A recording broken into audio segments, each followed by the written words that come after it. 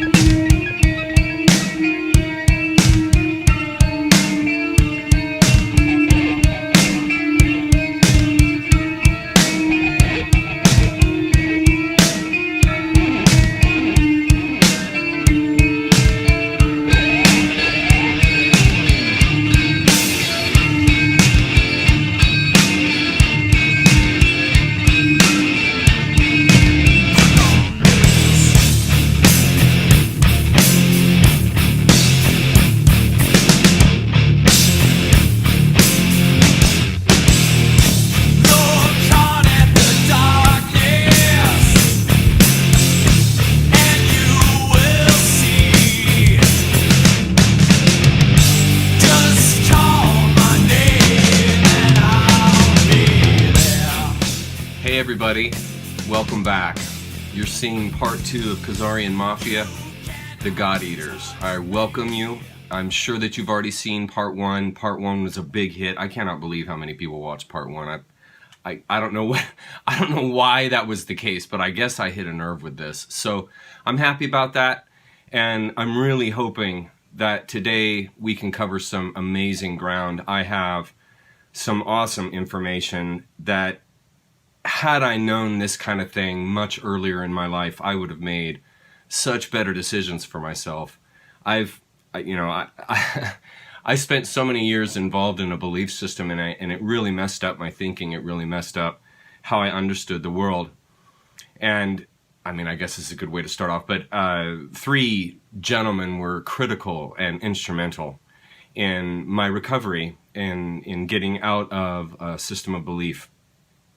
Those 3 men were Terence McKenna, Dr. Joseph Campbell, and Alan Watts. And actually today I'm going to open up with a little story from Alan, because these guys, those 3 gentlemen, were so helpful to me in my life.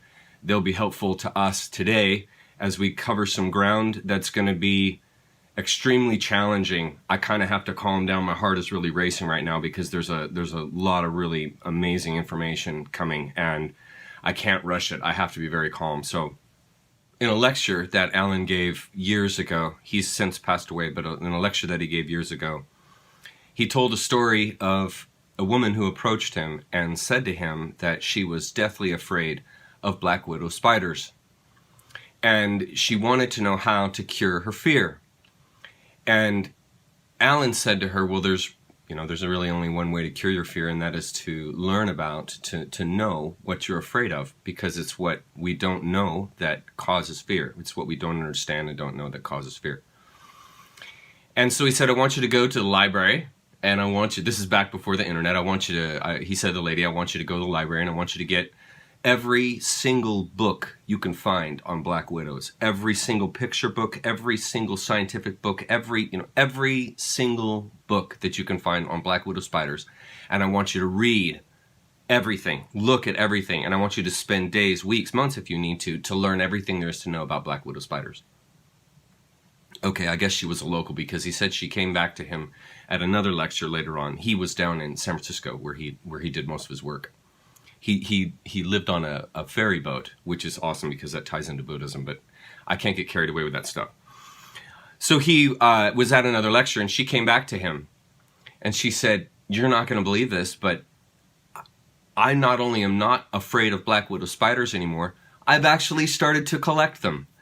And right there is a brilliant example of one of the greatest truths in philosophy, and that is, when you know yourself, you conquer all your fears, because you're no longer afraid, because you know who you are, And then as well as things that you are afraid of that are outside of you, when you learn them, you conquer all your fears.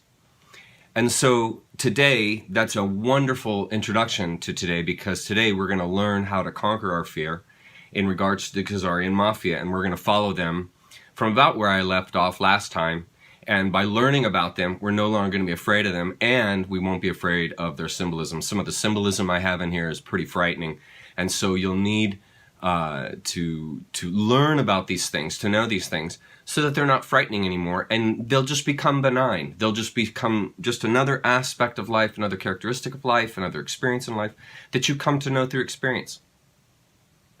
Okay, so, my goodness. So with that in mind, let's head over to my little time map here that I didn't spend hardly any time on. I spent so much time on this, I should have. But I want to recap a little bit of what we looked at so that we're all on the same page as to what's happening. Now, one of the best things to know when you begin to study history are the ages, the major ages. And so I have written them down here: the Stone Age, the Bronze Age, the Iron Age, and the Roman Age. And by knowing this order, this chronological order, you're going to better understand the events in history. And by better understanding these things, you can find the patterns. And by finding the patterns, man, that's how you understand something, and that's how you conquer fear. And just find the similarities, and it'll all begin to make sense to you. Okay, so going back to the beginning, this bloodline we've been tracing of the Khazarian Mafia, a number of the witnesses that I have watched and read testimonies of and so forth talked about how the Luciferians that preyed on them would claim their lineage back to the Amalekites. And so that's how Amalekite has continued to come up in my dialogue here with you, is because that's where I'm getting the evidence that I'm getting out of the videos I'm watching, the books that I'm reading, and all that I'm gathering to pull this stuff together. There's been a common theme of Amalek and the Amalekites. And this is Amalek, and as we saw in the last video, Amalek, this means liquors of blood. But what I want you to notice here on my timeline, and this is what all this has been building up to, is this 1 BC notation on this map I've got here. So you see in purple there 1 BC, and it says trade routes, China to Europe open.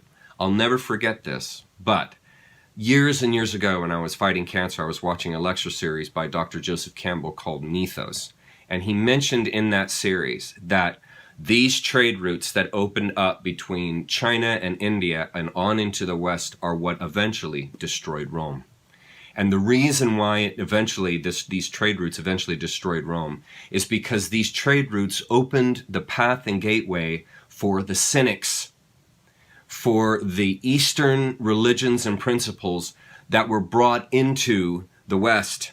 And so you had these people that had migrated over, and they came in and they brought great challenge to the spiritual fundamental that was prevailing in Rome.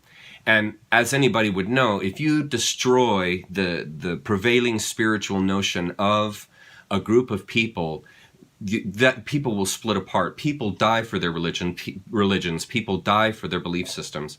And so it's essential that any community of people is united. They are united in a spiritual sense, in a spiritual understanding that that particular culture has captured. Now, we all know in this age of information, we all know as time is moving on and so forth right now, that it's not a good idea to be in a hive mind. It's not a good idea to be locked down to one particular belief system. But what you have to understand is they had no internet at this time. Communication was hard to come by. And so what you knew was what your local community knew. And so if you break apart a city in their belief systems, in their spiritual system, who their gods are, what their traditions are, what their annual traditions are, what they celebrate, who they worship, all this kind of stuff, if you break that up, that society is doomed. And it was Dr. Campbell's contention that essentially, at the end of the day, it was the spiritual dissolving of Rome that eventually broke the thing apart. And then that combined with the corruption at the top of the scale, and that is our concern, the Khazarian Mafia. And they had already infiltrated Rome. And this is what isn't understood, and I've got some great videos I'm going to show you today, that's going to show you how we went from Rome and this ancient Iron Age and this brutality age and fighting and war age into this whole psychological, spiritual age that was birthed with the birth of the Roman Catholic Church in 325. And so what's really critical in understanding yourself and in understanding this group and history and so forth is bridging that gap. And in understanding those ancient peoples were the ones who formed modern society. Nothing happened or ended them. Their core corruption, the corruption that corroded and destroyed Rome is the same corruption that corroded and destroyed the Catholic Church, that is destroying the Catholic Church. It's the same corruption because all of these these groups worship the black sun. They are Satanists. And so whether they know it in that language or not is beside the point. The point being that is the spiritual center. That's the uniting point. That's the principle that undergirds the Khazarian Mafia is this Satanism, this Luciferianism, this black sun worship, Baal worship, the sacrifice of individuals, the sacrifice and consumption of children. This is all what underlies this group. And I'm trying to show you through this lecture is that it has always been that way. They have always been cannibals. This goes all the way back past the Canaanites. And it's past the Canaanites because it was the Canaanites who were communing with this evil to understand and learn this control system, this mind control system, this sadistic system of worship that controls societies and oppresses and sacrifices societies. Okay. And so what I'm trying to do here now is bridge that gap. So one of the critical elements, one of the veins that's going to bring you understanding are these trade routes. And if we look at our map here, I've superimposed this picture of Khazaria. Now to remind you, this is Khazaria. And as you see, it's right there between the Black Sea and the Caspian Sea, just north of the Caucasus Mountains, which is just north of the Levant. They're next to the Mediterranean, as I showed you in the last video. Now look, I've taken that picture here, you see? And I've taken that picture and I've superimposed it, done my best to size it correctly, to not only show you the size of Khazaria, you see, but how the trade routes from India and China all pass through this area.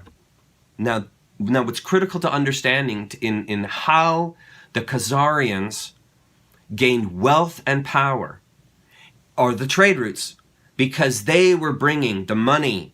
They were marauders. The Khazarians were marauders, and they not only had tolls and taxes that they levied on travelers that went through there, but they actually preyed on the families. And I told that whole story in the last one. No need to go into it because we have so much to cover today.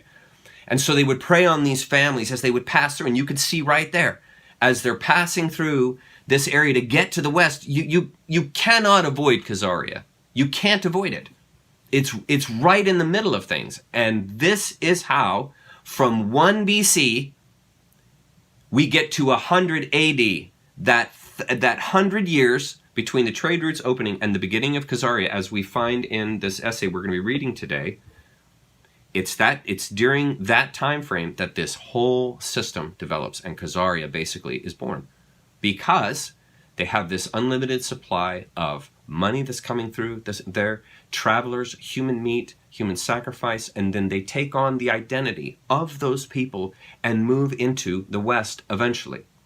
But they build a nation off of these travelers. Okay, and it gets so bad that eventually Russia forces them to choose between one of 3 religions, and that's where we're going to get to. But what I wanted to do in this essay was to tie together those trade routes opening and then the eventual birthing of Khazaria in 100 AD, and then that's going to carry us also through the birthing of the church that's coming up in another 250 or so years after 100 AD, and we're going to get into that. We're going to get into the symbolism. We're going to get into looking at Saturn and black sun worship and how this has translated into Western society, Western symbolism, Western religion. We're going to look at all of that, and this is all tied into these trade routes, the Khazarian Mafia, everything. It's going to be unbelievable. You guys are going to understand it all. Okay, so the basis of this lecture I'm giving you today is The Hidden History of the Incredibly Evil Khazarian Mafia by Mike Harris, PhD. Now, before we begin, understand that I've had to do some editing for time. I've timed this out, and I've come to almost 3 hours to do this lecture, and so that's completely crazy. So I have had to cut out some paragraphs, and what I've done is they're non-binding, meaning they're not paragraphs that destroy the point of the essay, which is to communicate the history of the Khazarian Mafia. They're like little ornamentations that go along with the essay to help you better understand. And so, having said that, it'd be a good idea to read it first before you watch this, so you get the whole thing first, and so you'll know the parts that I've skipped, and you'll know the paragraphs that I've had to omit simply for time. So understand, this isn't a word for word copy of the essay from Mike Harris. I have had to take out some sentences and some paragraphs to make this thing fit and to make it make sense to you in the amount of time that we have, which isn't much. Okay, the present-day Khazarian Mafia, KM, he uses the letters KM for Khazarian Mafia all through this, so that's what KN is. The present-day Khazarian Mafia, KM, knows that it cannot operate or exist without abject secrecy, and therefore has spent a lot of money having its history excised from the history books in order to prevent citizens of the world from learning about its evil beyond imagination that empowers the world's largest organized crime cabal. Now, what you've got to understand, let me make a little correction here. What you've got to understand is the reason why you don't know anything about the KM is because they have erased themselves from history. They have buried themselves in other histories. So just like Western religion appropriated pagan traditions and buried those pagan traditions underneath its umbrella of Western traditional spirituality, so nobody knows anything about the pagan history for the most part. Nobody knows that the annual rituals and the celebrations and so forth are based on pagan rituals. That's why Easter is still chosen by the moon. And so the average everyday Westerner has no idea that their symbolism is buried in paganism. Okay, and in the same way, when you look at history, buried underneath the history they've given you, you have no idea what actual history is, because the Khazarian Mafia have buried it under wars, have buried it under failed societies. And so what is lost is the true history, and you're given this pseudo-history that the Khazarian Mafia has basically indoctrinated you with, indoctrinated me with, us all, because we all were trained under their systems, and I've got a video for that too. I hope we have time for all the stuff that I've got coming. Okay, it was Mike Harris that connected the dots and made the actual discovery of the presence of the KM's secret history and blood oath to take revenge on Russia for helping Americans win the Revolutionary War and the Civil War, and their blood oath of revenge against America and Americans for winning these wars and sustaining the Union. I have underlined that for a very critical reason, and that is for you to know why, for the last however many decades, you have heard a constant repeating of Russia, Russia, Russia, anti-Russia, Russia's the bad guy, Russia is evil, Russia is terrible, Russia is destroying the world, on and on and on it goes. Okay? And all of us were buried within that inculcated idea that Russia is the source of all evil. Now, what you need to understand is Russia played a critical war in keeping the Khazarian Mafia from taking over the world. They played a critical role in keeping the Khazarian Mafia from taking over the world. And we're going to outline that, but this hatred of Russia goes all the way back to when they told the Khazarian society, you're either going to worship one of these three religions or we're going to destroy you. And then they went in and destroyed them 100 years later, because they didn't stop. And we're going to get to that. And that was the seed. The seed of hatred for Russia was born right there when Russia came in and destroyed ancient, original Khazaria, right there between the Black Sea and the Caspian Sea. Okay, and drove them out and drove them into Bohemia. And we'll get into that. Okay, so looking on our little timeline here, this is now past the timeline I had before. This is a new timeline. And I have the ages written down. You can see there at the bottom it says Dark Ages, Reformed Age, Industrial Age, and Modern Age. These are the ages, the themes that carry society through time. And they're underneath these themes because these are the prevailing technology, the prevailing force, the prevailing energy that is driving these societies. And that's why you had the Stone Age, the Iron Age, the Bronze Age. It is that metallurgy that's driving the power of that society. And so in the same way, you now have here in these next ages, look here, you have the Middle Dark Ages. What is happening in the Middle and Dark Ages? Knowledge is kept from the people. When you keep people outside of truth and outside of information, you keep them in the dark. And the dark, who drove the Dark Ages? The Catholic Church drove the Dark Ages because they hid the truth. They hid the truth that it is all within you. And they buried it. This is going to be, okay, this is going to be getting into the stuff that's going to be really hard for a lot of people to hear. And I really hope you have the stomach and the perseverance to listen through this, because this is really critical in understanding how the Khazarian Mafia have hid themselves, because they hid themselves within the Catholic Church. In 313, Emperor Constantine proclaimed the Edict of Milan. The edict approved Christianity as a legal religion of Rome and gave legal privileges and immunity from military duty and taxes to the Christian clergy.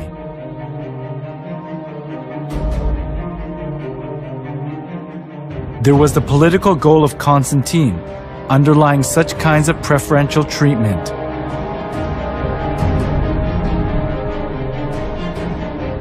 It was Mithraism, the sun worship religion, that was diffused throughout Rome. But all the Roman emperors deified themselves and enforced people to worship them. Some of the nobility were fascinated by the Egyptian mystery religion. So, Rome suffered from religious dissension within itself. At this, Constantine tried to make the best use of Christianity that had spread throughout the whole region of Rome, despite all sorts of persecution. This was because he thought that Christianity could solidify his empire. By approving Christianity as a national religion of Rome, Constantine tried to seek the unity of the Roman Empire under one religion.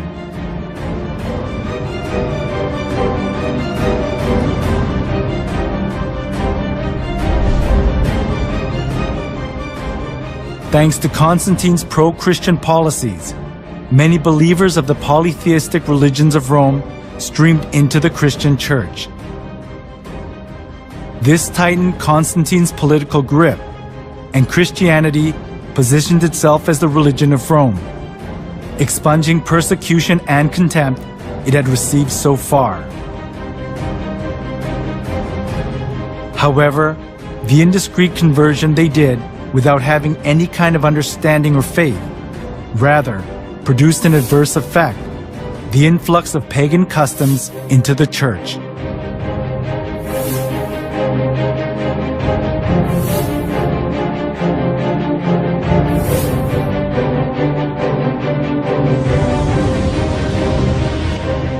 Those who were tainted with polytheism of Rome looked as if they had converted, but in actuality it wasn't easy for them to get rid of the religious rites and institutions of worshipping the sun, the moon, and the stars, and various gods and goddesses, which they had worshipped since their forefathers. The church in Rome sought for solutions to disburden the pagans when they converted to Christianity. It was to bring in things similar to the gods that the pagans had believed into the church. They thought they would increase the number of pagan converts by doing that.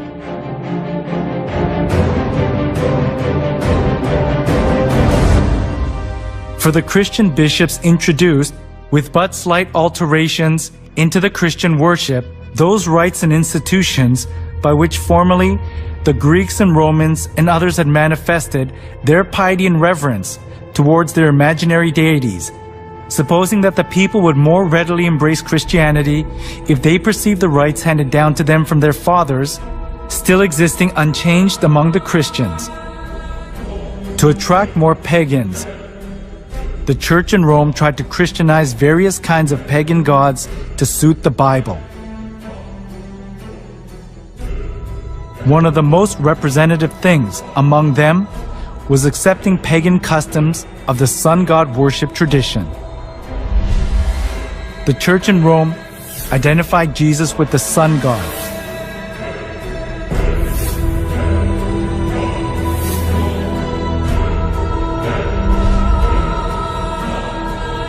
Inside of the church was decorated with various kinds of sun images, and the idea to worship the sun was established as if it were the truth of the church.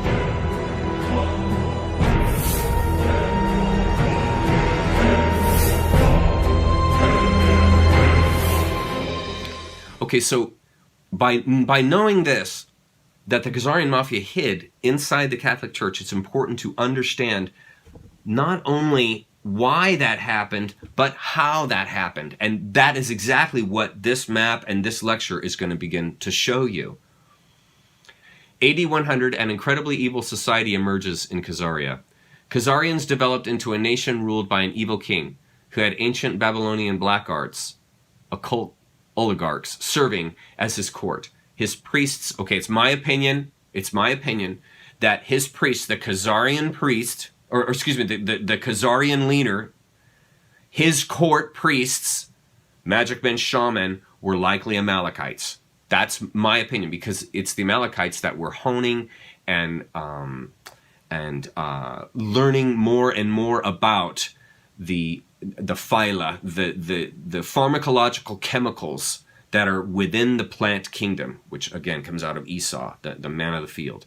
Okay, so the Amalekites are carrying this magic, this hallucinogenic magic, this plant magic, this spiritual magic, this evil magic, straight out of Khazaria, or straight into Khazaria from the Levant. There's magic going on at the high echelon of these societies. You see it in Pharaonic Egypt, you see it now in Khazaria, and it was also in Babylon when Talmudism was developed, and they're running on human sacrifice.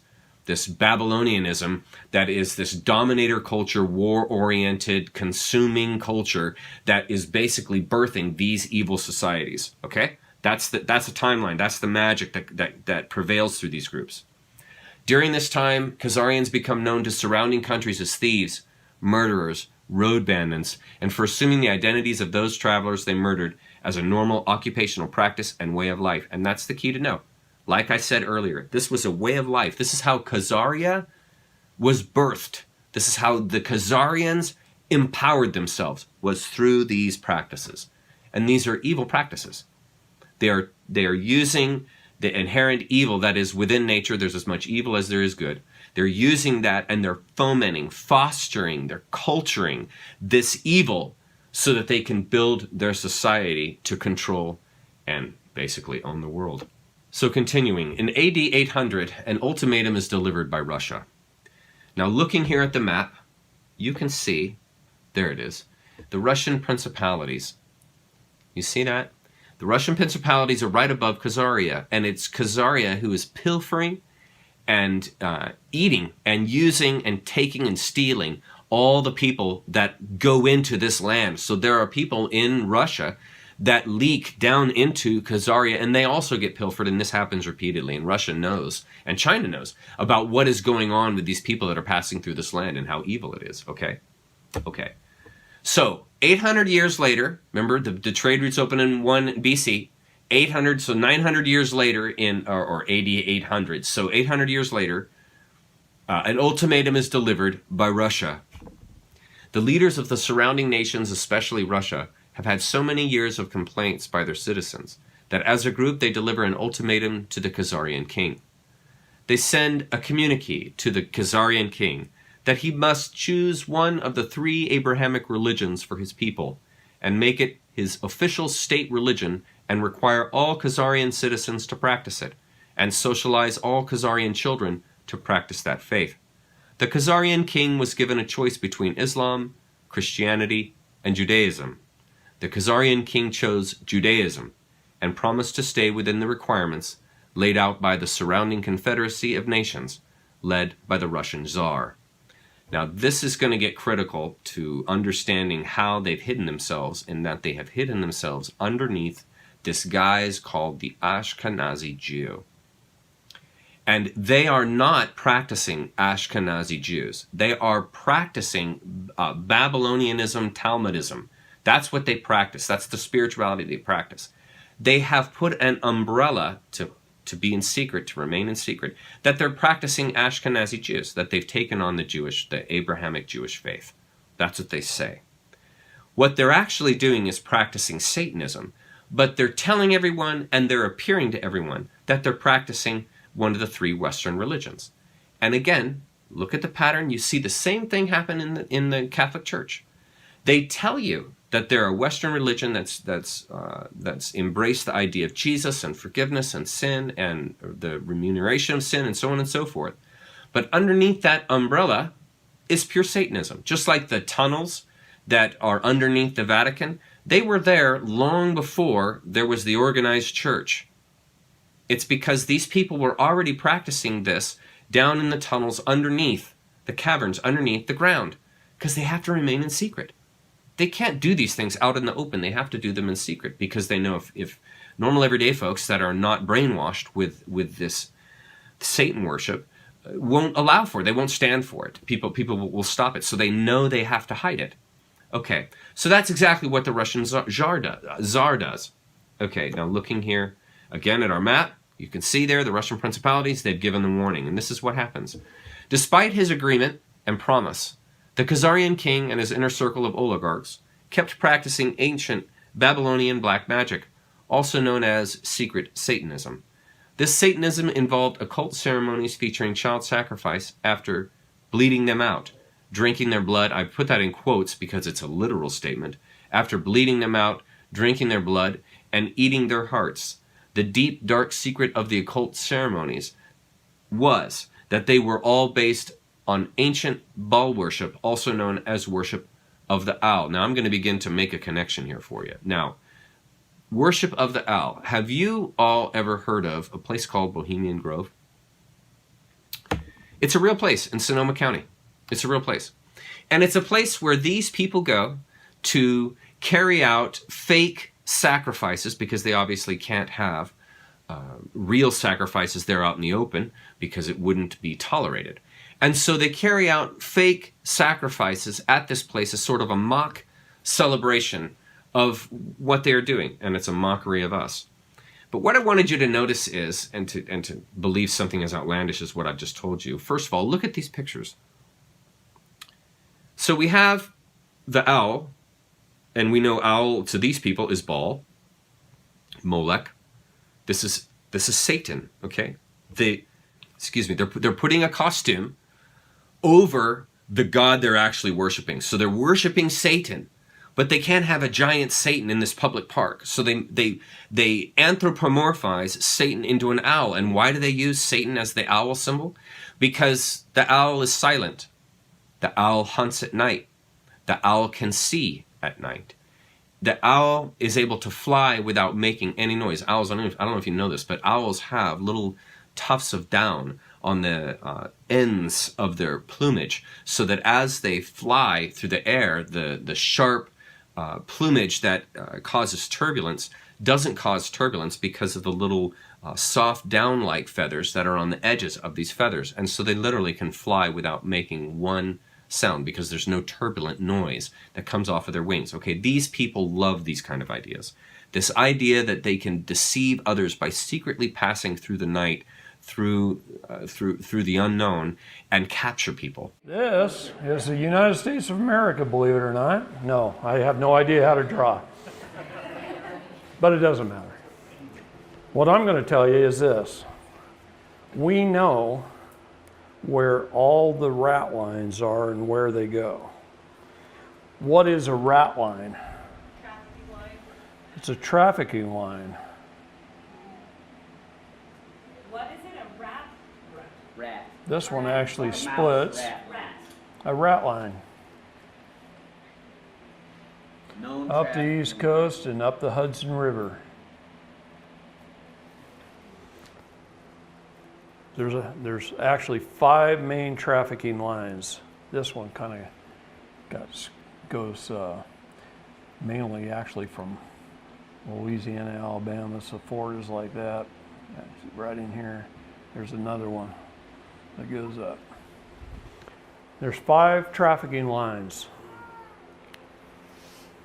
in the United States, rat lines.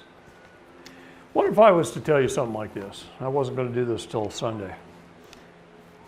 But what if I was to tell you that there is an attorney who has an office in Poughkeepsie, New York, and an office in Bellevue, Washington. Same attorney. And he's partnered with an attorney out of Bellevue and an attorney out of here. And what if I told you that out of this office, he created over 100 corporations to traffic children? I'm talking about entertainment companies that take pictures, lodging companies, short and long distance trucking companies, even an airline that's stationed at Boeing Field, offering companies. You have to have all elements of trafficking. So you have to have transportation, logistics, offerings, okay? 5x5 entertainment, Wild Child Entertainment. Corporations like that, he's set up. What if I told you he set them up under mostly aliases names, but we have the real names too? What if I told you he set them up for people who are police officers, county commissioners, and judges? I'd believe it. Okay? I read Franklin Cover Up. Now, what if I told you the same attorney in the state of New York owns 17 child protective services agencies in the state of New York? And he also owns 17 family courts. He owns the Spafford Center, which traffics children to Jerusalem and the United Kingdom. What if I told you I had pictures of 2 American boys with a Hezbollah boy over in Jerusalem carrying AK-47s, and one's 7 and one's 11. And I know where family they came from here in America.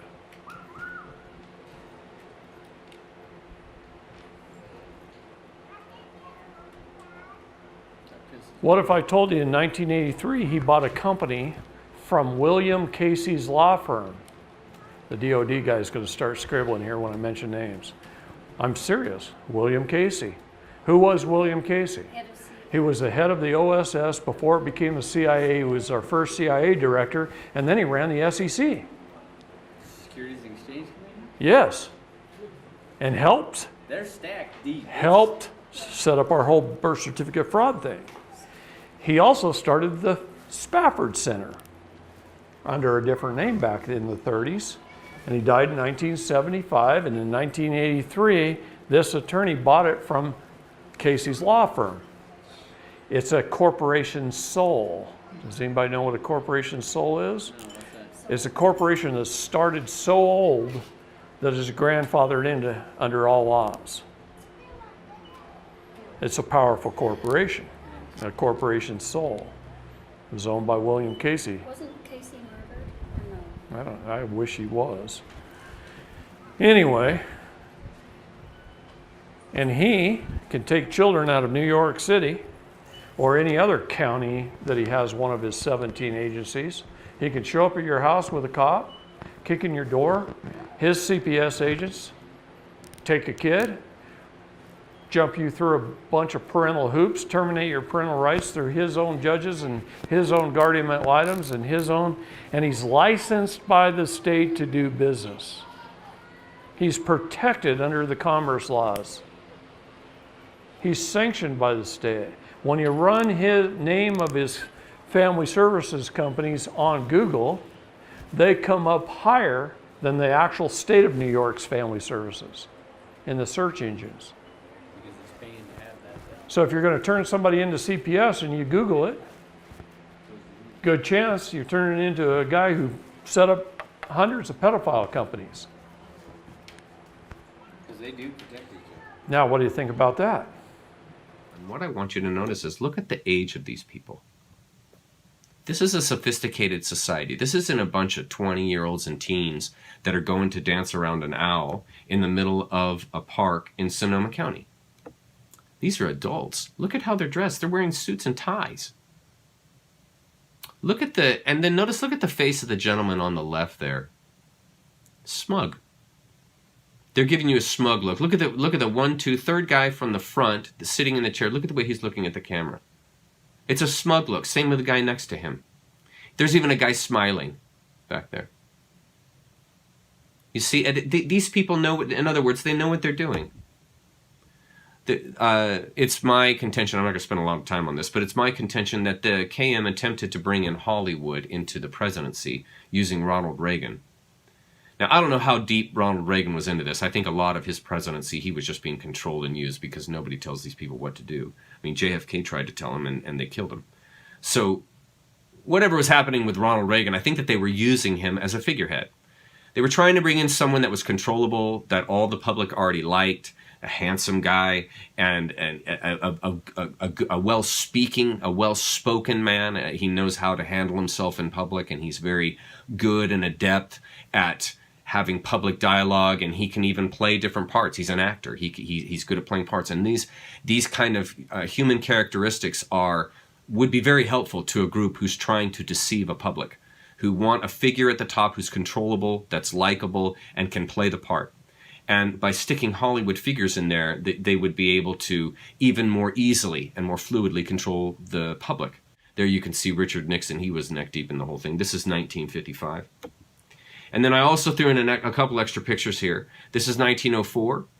Look at this early picture. They don't even have the owl out yet.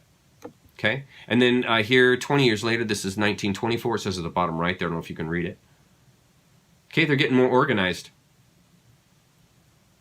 Then look here, looks to be in like the 50s, about 20, 30 years later. Look how many compared to this one above. The tables are chock full. More tables.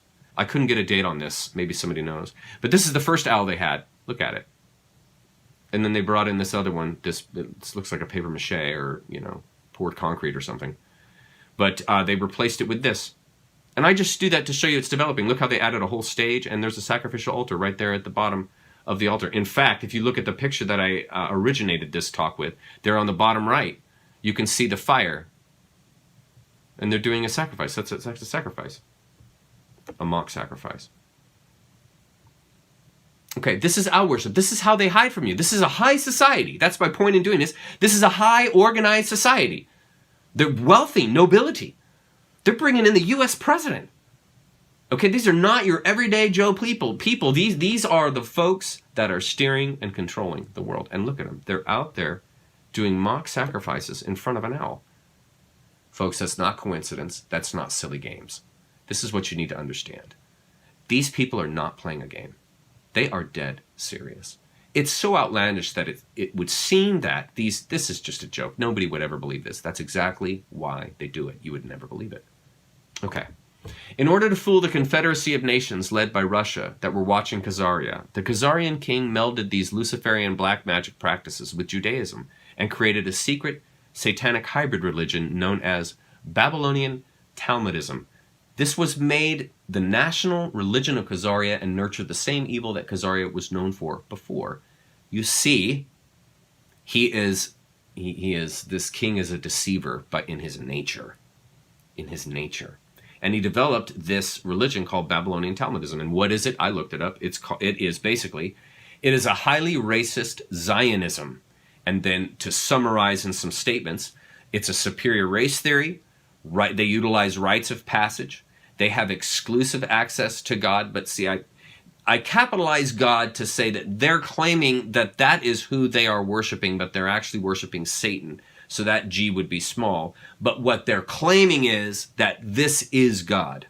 That's their claiming. So they have exclusive access to this God because of their blood sacrifices, because of their giving themselves to this God completely and doing evil against the hated Goy, which is us. That's what the Talmud people, the Babylonian Talmudism folk, we are the Goy.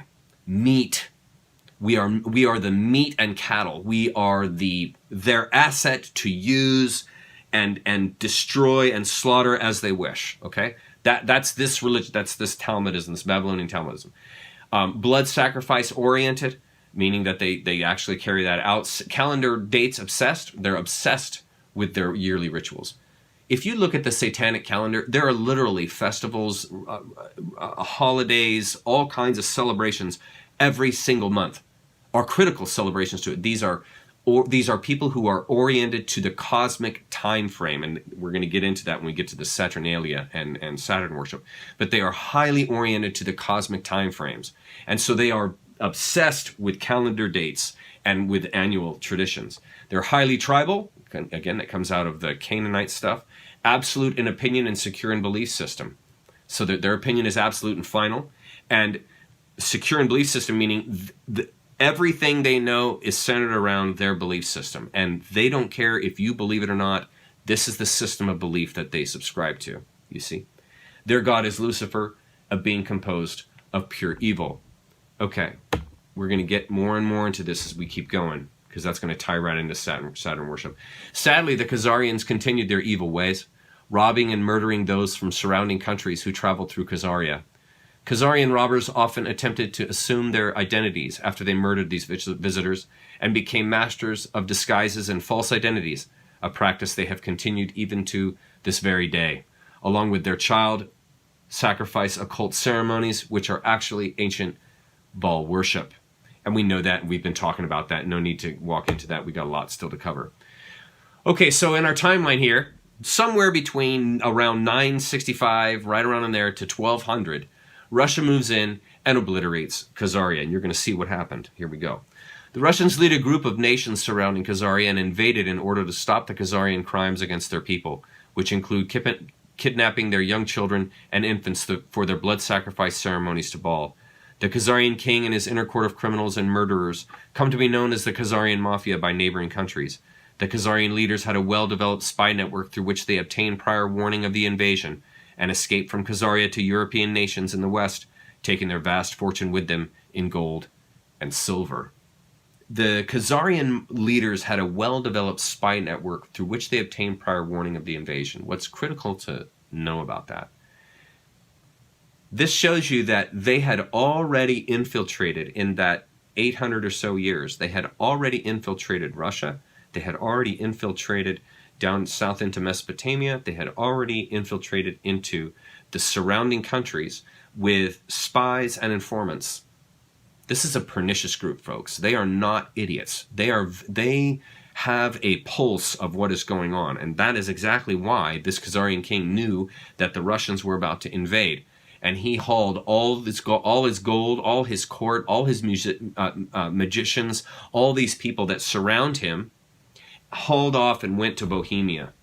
And we're gonna see that here in my little chart. Now we've got the artwork from Dylan Monroe, and we see here I got a little red line. The Khazarians went to Bavaria, and if we look at this map here, you can see the first initial go that the Khazarian king did was to leave Khazaria, and he escaped to Bohemia, which is ancient Austria. That's Austria. And if we look at our timeline here, 1280, so this is right in the middle of the Dark Ages. And if you look at it, it's around 1200 AD. Well, from 1280 to 1415 AD is when they were hiding in Bohemia and organizing and honing their skills and talents with the help of Satan to figure a way to infiltrate all the West. The Khazarian king and his court mafia plotted eternal revenge against the Russians and the surrounding nations that invaded Khazaria and drove them from power. They laid low and regrouped while assuming new identities.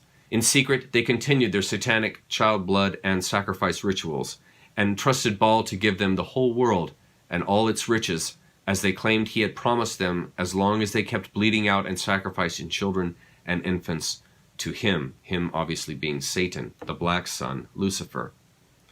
We can see this little map I made here. They move into Germany, conquer that, take over that royalty there, on into France, and then down into Spain. They took over all these royal families. To accomplish their invasion, They hired Oliver Cromwell to murder King Charles I and make England safe for banking again. This began the English Civil Wars, which raged for nearly a decade, resulting in regicide of the royal family, that's killing off of the bloodline, and hundreds of the genuine English nobility. This is how the city of London was set up as the banking capital of Europe and launched the beginning of the British Empire. And then I write, this is why the Queen of England, King Charles, and the entire Royal English Court is not blood authentic nobility. It's because the royalty in these nation states was infiltrated by the KM, literally. They took their leadership and they bred with the royalty, and they killed off the men and then replaced those men with their people and their kids. Do you see? They completely took over. This is Oliver Cromwell on the left, 1599 to 1658, and King Charles I on the right, 1600 to 1649. They were contemporaries, obviously. And yes, indeed, Cromwell imprisoned Charles in 1646 for treason.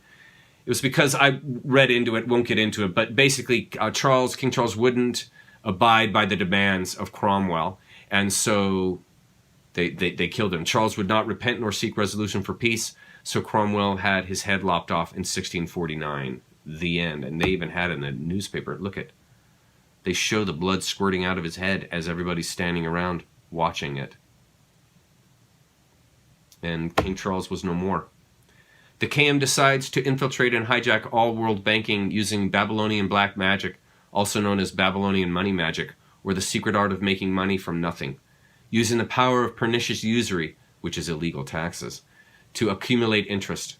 The KM used their vast fortune to enter into a new system of banking based on secret Babylonian black magic money magic that they claim to have learned from the evil spirits of Baal in return for their many child sacrifices to him. The reason why magic has a K on it, that's from Anton LaVey. That is to basically show high magic, magic that is above just the normal everyday black magic that people are practicing. This is the magic that the Luciferian practices. This is the magic that the elite and royalty practice, and so it's denoted with a K to signify it. This Babylonian money magic involved the substitution of paper credit certificates for gold and silver deposits, which allowed travelers to travel with their money in a form that offered easy replacement should they lose the certificates or have them stolen. Interesting how the very problem that was started by the Khazarians, who also had a solution provided by them. That's a Hegelian dialectic. Okay, what they were doing when they killed off, when they were killing off King Charles, they're taking over the banking system. This is 1649. Okay, and they're going to use pernicious usury, just like they're still doing to this day, to begin to tax the citizens, to begin to steal money from people. Okay, they did this through what's called a Hegelian dialectic. Okay, and this is basically, it's a straw man.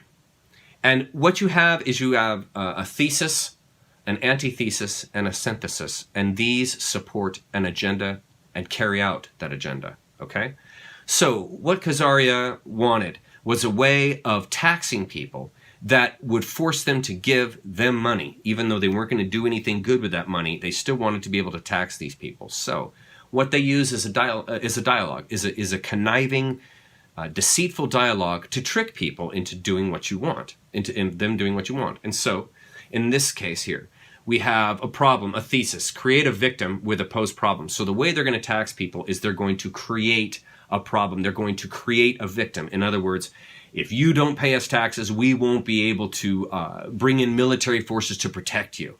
And you will be exposed. And if you are exposed, they could come and take you, rape you, and there will be nothing, no one would be able to save you. Okay, so you put fear into people like that.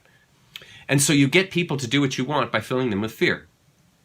Okay, and so then the same group that creates the problem, they also create the solution. And so they say, the solution is, for you're not dying in war, is give us money. You give us money, we'll be able to get all the munitions, and we'll be able to hire all the people and the soldiers to go out and protect you. So all you have to do to resolve your fear of being killed in war is give us money.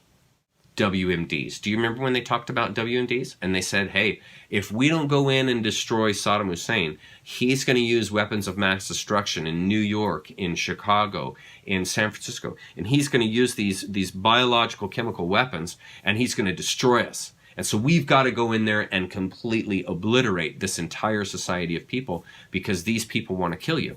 It's the same narrative. And so then what happens? Everybody pays off the taxes. They sign off their rights with the Patriot Act. And people willingly, that's the magic, they willingly turn over their rights. They willingly pay money. They willingly vote for these warmongers. You see? And it's all through fear. Another one was COVID. If you don't get this elixir that we have made injected into your body, you saw it. You saw what they're doing. You're going to die. They called it a long, dark winter. You're going to be sick. All you people that don't get this, you're all going to die. You're going to be ill health. You're going to be spreading your germs to everybody else. And you're going to be a nuisance to society. You should be banned from society. You're a terrible person. You see? And that's how you coerce people with fear to go out and have a injection that hasn't even been tested. They'll just willingly do it. See, that's the black magic. You get people to willingly turn themselves over. There were actually people that were celebrating. They're celebrating turning themselves over to a science that was completely, well, they said it was untested, but they knew exactly what it was going to do. Same thing with vaccines long before COVID. Remember the food pyramid? That was another one. Remember how they told you, your baseline food that everybody needs to be eating tons and tons of is grain. Tons and tons of grain. And what happened? That built a gluten-intolerant society. Blew out the enzymatic structure with the poisons that they were putting on all the wheat, the glyphosate and whatever other chemicals that they use. And then that goes in and destroys the enzymatic system, the probiotics and all that in people's gut. And then they develop these other problems with their gut that they have no idea is coming from the food that they're eating. And they just think, oh, tough luck, I'm gluten intolerant. This is not by accident. That's what you need to understand. They're doing this maliciously, intentionally. You are being intentionally deceived. This isn't a mistake or coincidence. This is intentional. That's what you have to understand about this group. I think one of the biggest ones is the man-made climate change. They've got everyone convinced that just breathing, you are destroying the planet. You are just being alive. You are a threat to the planet. It's the same as the sin con from the church. Just being born, you are sin. Just coming out of sin, you are now sinful and you are a bane to society unless you believe in this religion. And it's the same thing. This climate change, you are a bane to society unless you pay us taxes, unless you pay us money. You shouldn't even be alive. This puts fear into people. This puts self-hate into people. This undermines people's development. Do you see how psychologically that harms a person when they think, just my being alive, just from being born and just breathing, I'm terrible. And this is how a person is sidetracked, and they don't realize that they have been caught up in a Hegelian dialectic, a straw man, and they've bought the straw man, be it climate change, sin, COVID, WMDs, it doesn't matter. They've bought it, and once you've bought it, you then will shape your life around it. And this is how this Khazarian Mafia operates. This is black magic. Black magic is an abracadabra. Black magic is controlling millions of people with a simple disease. That's black magic. Black magic is getting hundreds of millions of people to gladly give you their money and encourage you to go to war and sign away their rights. That's black magic. People have been conned with the idea that it's this hocus pocus stuff. It's not. It's mind control. It's psychology. It's the psychology of fear, which destroys and corrodes your mind. This is why I started this lecture with, it's so important to conquer your fears. And you don't conquer your fears by praying them away. You don't conquer your fears by wishing them away. You don't conquer your fears by asking someone to save you. You conquer your fears through knowledge. You conquer your fears by learning, oh, that's why they promoted WMDs. That's why they promoted vaccines. That's why they promoted the food pyramid. That's why they promoted man-made climate change. That's why they made me a sinner. Now you know why. You will conquer your fear of those things by knowing why and how they came about. And then all of a sudden, it's like, whoa, wait a minute. That changes perspective completely. You see, this is how you free yourself. This is literally how you free yourself. Eventually, the Khazarian king and his small surrounding court infiltrated Germany with a group that chose the name the Bauers of Germany. Bauer means farmer in German, to represent them and carry on their ball-powered system of evil. The Bauers of the Red Shield, which represented their secret blood-based child sacrifices, changed their name to Rothschild, also known as Child of the Rock or Satan. The Bauer surname genetically traces back to Austria and Bavaria. Remember how I mentioned earlier the Khazarians went into Bohemia, Bavaria, Austria? There you go. We have their name traced right back to Bavaria, Bohemia. And that ties directly to Khazaria, which ties directly, follow, to the Amalekites, which ties directly to Noah, Esau, all that stuff. You see? Are you following it now? You following it now? Okay, so time to do a deep dive. I found this at the top right there. You see that address? That's where I found this. The occult history of the Rothschild family crest. The family crest has a red shield and a hexagram. Did you know that the Star of David is a hexagram? It's a 6-pointed star. We're going to get into that. I've underlined the critical elements. The Rothschild family crest, this red shield. The hexagram is also known as the Seal of Solomon, the Magen David, or the Star of David. It was a symbol of Moloch and Ashtoreth. Saturn, which has been known to represent Satan, was also represented by the hexagram. And you're going to say to yourself, now, why would Satan be associated with the hexagram? I'm going to tell you why. Interesting to note, there under Rothschild family crest occultism, Rome was first called Saturnia, the city of Saturn. And if we look at our little map here, look there, right next to the Roman Empire, you see cult of Saturn. Okay, the synagogue of Satan. Who is that? That's the Babylonian Talmudists that are underneath Judea, the Ashkenazi Jews. That's why that says synagogue of Satan. It's because these are Babylonian magicians who are practicing Satanism underneath the guise of being Jews, Ashkenazi Jews. And then across from that, we have the cult of Saturn, the Roman Empire. This comes out of Amun-Ra and the pharaohs. We just don't have time to get into it. Saturn is the black sun. This is the critical thing you need to know. Saturn is the black sun, and the symbolism of the black sun ties directly into the hexagram and the rings of Saturn and the worship of the black sun. Now, this all ties back to a god named Kronos, whose mother was Gaia and father was Uranus, the sky. Kronos castrated his father and killed him to take his throne. So he became the god of the cosmos, time and death. Now you see in these photos of Kronos, before we get into this other stuff, notice how he's with a sickle. See, he's a sickle. He's the bringer of death. Harvest time. He's the god of the cosmos, okay? Because he killed his father Uranus, the god of the sky, and so he took over the cosmos. This is all Greek mythology, and it's important that you know this because it ties directly into Saturnalia. Do you notice something about this god? Do you notice he always has a small child with him? We take a look at the next set of pictures. This is also Kronos. He ate his sons because he was afraid that they would kill him like he killed his own father. And so he killed and ate his kids so they could never take his throne. He's a cannibalist. You're going to see some incredible ties here. Kronos' birthday was the winter solstice because the sun is born every year. Now we're starting to get into the tough stuff. So Kronos' birthday was Christmas. Why was it Christmas or the winter solstice? Why was it the winter solstice? Because this is when the sun is rebirthed. This is when the sun is born.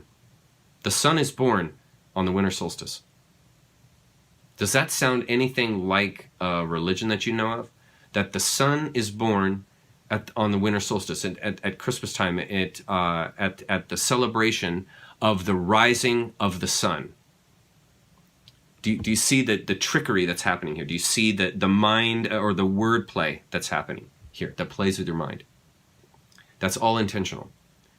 Cronus, also known as Saturn, is also known as Saturn. Now, why is Cronus also known as Saturn? Rings. The rings of time. Okay? What does time do? Time devours all things. This reminds me of the riddle that Gollum presented to Bilbo when he was down in the tunnels and depths with Gollum. And Gollum said, "This thing devours all things.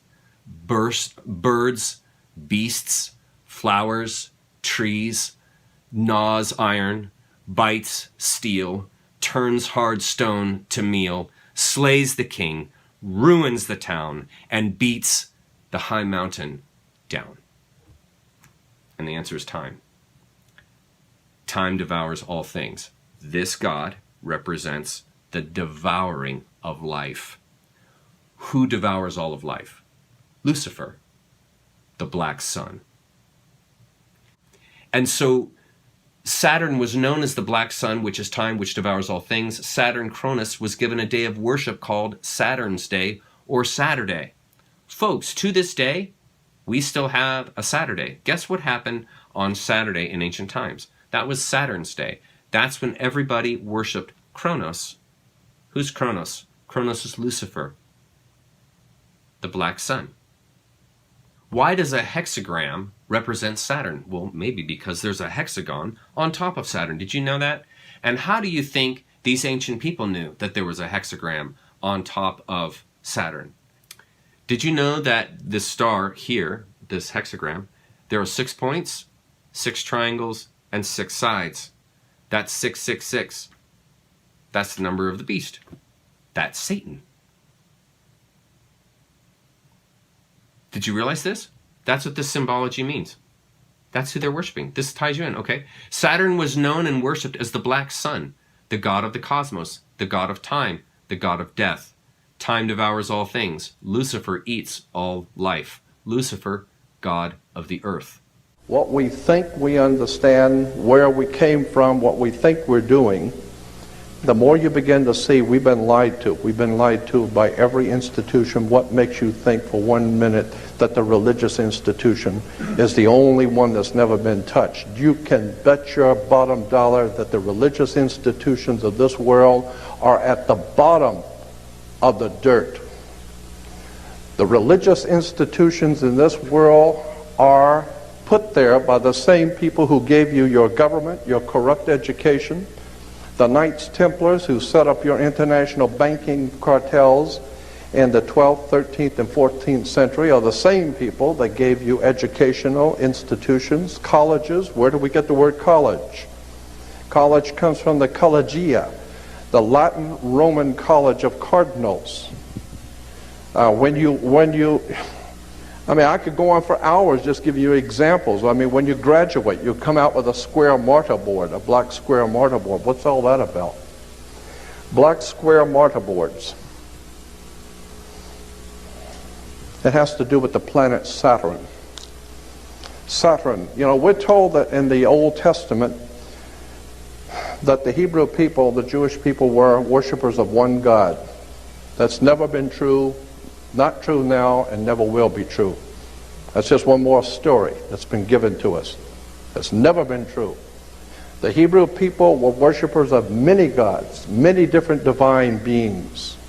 They were the most eclectic theology on the face of the earth.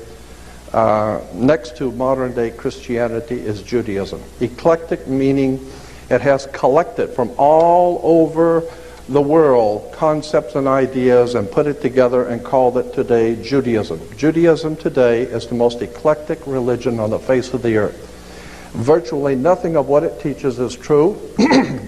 Virtually nothing of its supposedly background is true. And consequently, the world is filled with violence, bloodshed, or disorder. Good people are dying. There are children who are starving. Our world is in trouble. And people are calling out to God for protection. People are calling out to God to help our nation and never realizing for one moment that the divine presence in the universe not listening. Why? Because you have your own concepts of whatever you think is true and whatever you believe to be true, but you have never confronted the real truth.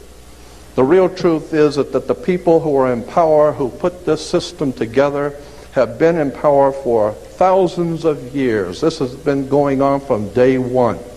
All of the things which are going on in this world today, from 9/11, all of the wars in the Middle East, all of the incredible bloodshed that's being spilled all over the earth, can be traced back to, and you might want to remember what I'm saying here, because I'm sure you're not going to make the connection when I first tell you, but I'm going to try to explain it to you.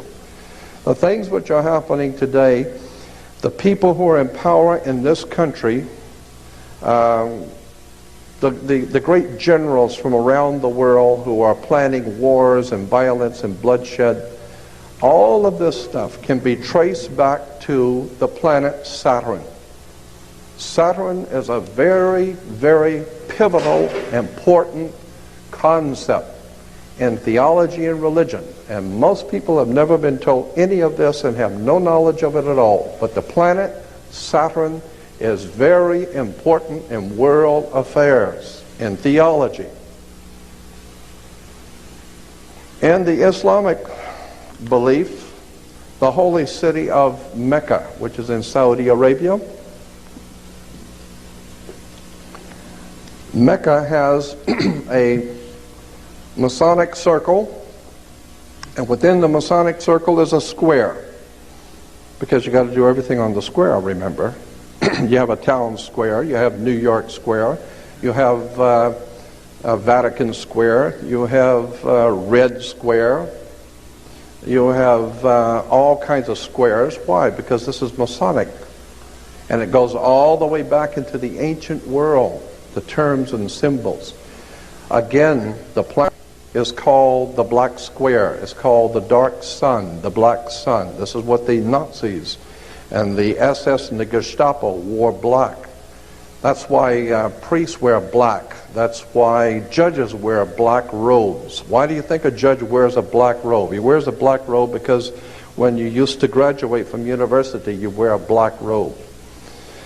Why black robes? Darth Vader wears a black robe. What the hell does a black robe have to do with anything? The judges wear black robes. You know, Supreme Court judges wear black robes. Black robes represent the priesthood of the planet Saturn, the Saturnalian Brotherhood. All you need to do is study Nazism, and you will begin to see that the powers behind the Nazi Party, the Thule Society, the Germanian Order, were all members of something called the Saturnalian Brotherhood, the Brotherhood of Saturn.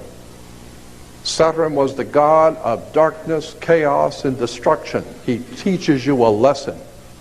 He will take your life if you don't listen to him. So consequently, Saturn was very, very important in the ancient world. Thank you. Saturn's name, incidentally, in the old Phoenician ancient Canaanite religion, in the Middle East, the old Phoenician Canaanite worship of the planet Saturn was the most important god of all the ancient world, was the planet Saturn, and his symbol, long before the Hebrews were ever in Cana, the symbol in Cana for the planet Saturn was a six-pointed star. Today we call that star the Star of David. There was no Star of David. It's the Star of Saturn. All of the Jewish reference books, all the Encyclopedia Judaica, you go to the synagogue, go up into Mulholland Drive, up to the Jewish University and spend 3 weeks there and look up Saturn. You'll find out that 98% of all Judaism is a worship of the planet Saturn. Better wake up and understand where this stuff comes from. Because if there is a God in heaven, if there is a divine presence in the universe that demands righteousness and justice, then you're going to have to rethink what we believe and where we're going and what the world is all about, because for the last 2,000 years we haven't done too well. Saturn was referred to as El, E-L. El was the god Saturn in the old Phoenician Canaanite system. And consequently, anyone that promoted the worship of El is where we get the word elder. You become an elder because you were worshiping El. And when you worship El and become an elder, then how did you get to be an elder? You got elected. So therefore we have elections. Now that you have been elected to be an elder, now you are one of the elites. Why? Because now you have moved up, like in an elevator. You are now moved up in society. Consequently, it's all money. It's all manipulation and exploitation coming out of Phoenicia, Canaan. It goes back to the old Sumerian, Babylonian systems of words and terms and symbols and emblems that have been used to manipulate the whole human race. Because our masters don't give a damn about you or your family or your destiny with God. All they care about is what they have always cared about, and that's controlling the whole damn world. So there's the black sun on the left. There's the hexagram. There's the hexagon on top of Saturn. And then we have Cronus. What I'm emphasizing here, what I'm trying to show you is, these are all the same thing. They all represent Lucifer. They are all symbols for and of Lucifer. That's why they use them. That's why they use this symbology in their worship. It's because they represent, these symbols represent a deeper underlying knowledge. Now look where I found the black sun. I did a search for the black sun, which means Lucifer and Satan. Look where I found it here in the Hall of SS Generals in, I think that's Wewelsburg Castle, Germany. Look, it's right there on the floor. It's in the Azov Battalion patch, their rank. And look, they're holding a flag. There's the black sun, the symbol of Nazism there in the middle. The communism is Satanism. Get it?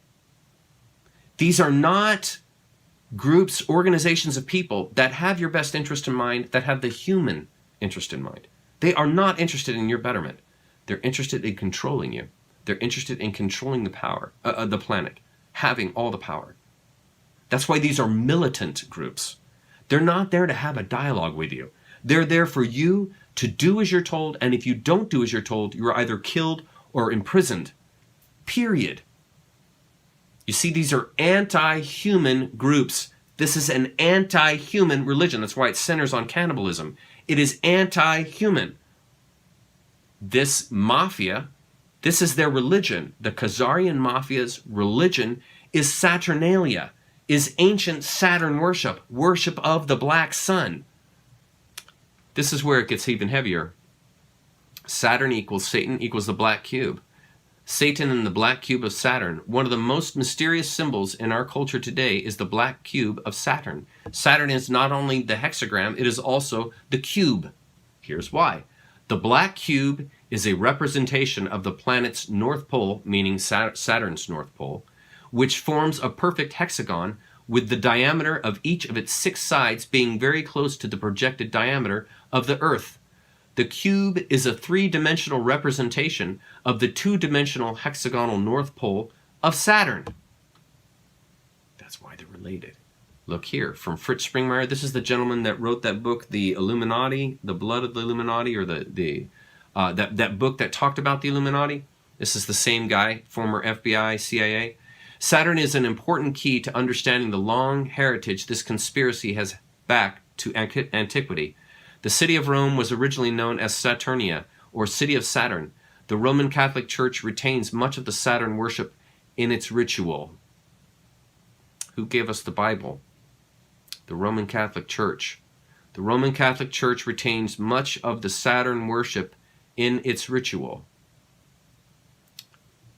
Human sacrifice? Is there a human sacrifice at the center of Western religion? Saturn also relates to Lucifer. In various occult dictionaries, Saturn is associated with evil. Look where else there are black cubes. Australia, Denmark, Manhattan, Santa Ana. Oh, and look, guess what also is a black cube? The Kaaba, That's in Mecca. And look at the rings that form around the Kaaba. These folks don't even realize who they're worshiping. That cube literally represents Satan. The cube, when flattened out, becomes a Christian cross. In Judaism, the six-pointed Star of David represents Satan and originates from Saturn. Orthodox Jews wear the black cube of Saturn on their forehead, like the third eye, and call it tefillin. I don't know how to pronounce that. Look how the cube, when you unfold it, it forms a perfect cross. And then we see here, look what's on this dude's head. The black cube. And what does this tell you? Satan is Saturn, is represented in the hexagram, is in the black sun, is the black cube, is the cross. The black cube in Mecca in the occult is called the hypercube. It represents mind control. That's why the TV is black and cube-shaped.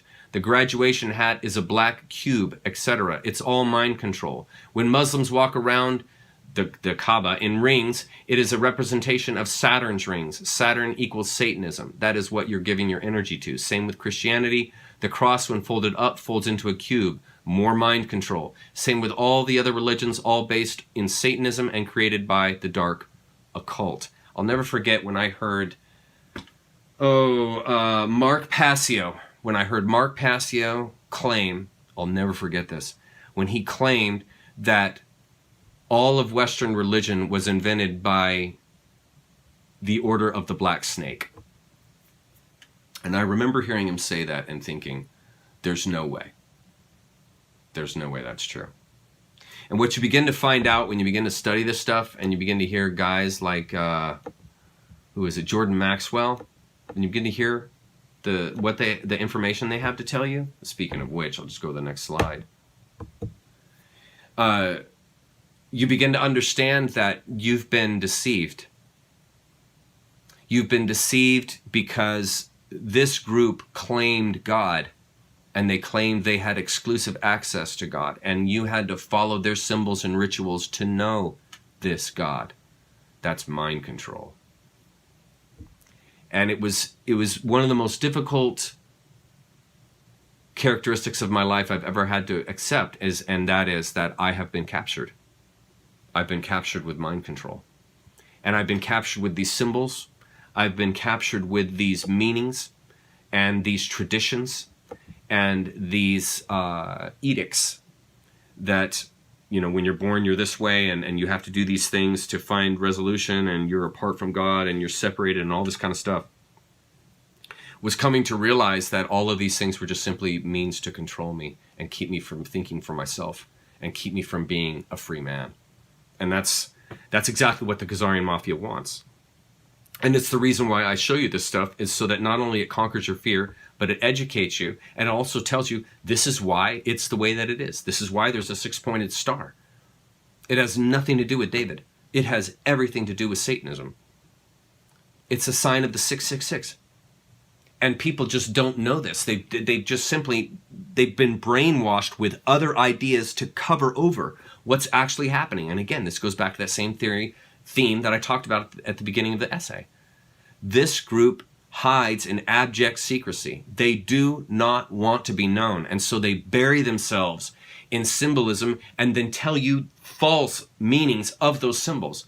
Give you false ideas about yourself in your head, so you'll not only never know anything about yourself or the world, but you'll never catch them. And when I come to you on a day like today, and I show this kind of stuff to you, it's so outlandish to many of you that you're like, there's no way. There's no way. This guy's nuts. And that is black magic defined.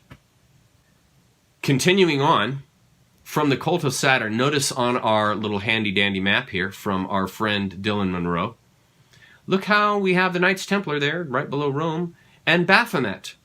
Did you know that the Knights Templar secretly worshipped Baphomet? Who's Baphomet, Chuck? This is Baphomet. There is all kinds of symbolism in this figure. First of all, it's a goat. That's an ancient, the goat is an ancient Egyptian god, Mendes. who actually is a representation of what? A black snake. And speaking of snakes, look at the snakes on its belly, the Baphomet's belly. Look at the scales on the belly and around the snakes. Look at the scales below the wings or along the wing edges. Okay, this is signifying the black snake. And then we notice that the snakes are crossing 3 times, once at their tail, once in the middle, and then once at the head. And the heads are what? They're looking at that circle at the top, which is the earth.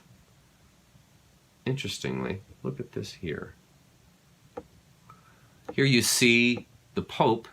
Isn't it interesting? He has those same snakes. And they cross 3 times, and the snakes represent, obviously, Leviathan. And they are watching over that circle, which is the earth. And then look what's at the top of the scepter of the Pope, which is a cross. What does that say? The church rules the world. The church sits over the world as Lucifer watches it. That's what that scepter is saying to you. This represents the crossing of the 3 snakes, represents the lower 3 chakra. These are lower 3 chakra people. In other words, they have no heart. They have no compassion. They have no empathy. They are not concerned with the upper levels of the chakra, the spiritual experience. They are concerned with the mortal experience. That's why blood, the carrier of life, the giver of life, is their obsession. They are obsessed with the earth. They are obsessed with earth calendars, earth characteristics, the cosmos. This is why all of Christianity comes out of astrotheology, a cosmic idea of the universe. And these people see themselves as the ruler of the cosmos. That's because Satan is the ruler of the earth, the ruler of the material world, the ruler of the bottom 3 chakra. The bottom 3 chakra is the first chakra is just the gripping to life. It's a grim avidity, which is the holding to life for the sake of life itself, for no other reason but to be alive. That's the bottom chakra. And then the next one up is the sexual chakra. This is the projection of, this is the procreation. This is continuing your life and bloodline through the blood, through the exchange of the fluids of the body. This is all material. This is all matter. And then finally, projection, the power projection, which is the solar plexus, is the final place at the top. This is the projecting of your will, the projecting of your power onto the planet, onto others. This is the chakras that the lion lives by. The gripping to life, the spreading of his genetic, and then the killing and taking of life, power projection. And that's the lion's concern. The lion's concern is not home life. The lion's concern is not the betterment of other groups and other lions. The lion is concerned about himself. He's self-consumed. And so there's no empathy that's going to come out of that lion. There's not going to be any compassion that comes out of that lion. That lion is a predator. That is why these people use that symbology, is they see themselves as predator. They see Satan as a predator, a roaring lion that's devouring. This is what that represents. And of course, it's sitting on the earth. That's a globe that it's sitting upon. And then notice that it's androgyne. It's both male and female, and it is a beast. It is both hooves as well as a human torso. So this idea of androgyne, this idea of smearing the sexes and smearing the gender, these people love that idea. These people, that's why they prey on the kids. And there's this whole gender movement that's happening. It's because the Khazarian Mafia is trying to capitalize on this androgyne obsession that they associate with Lucifer.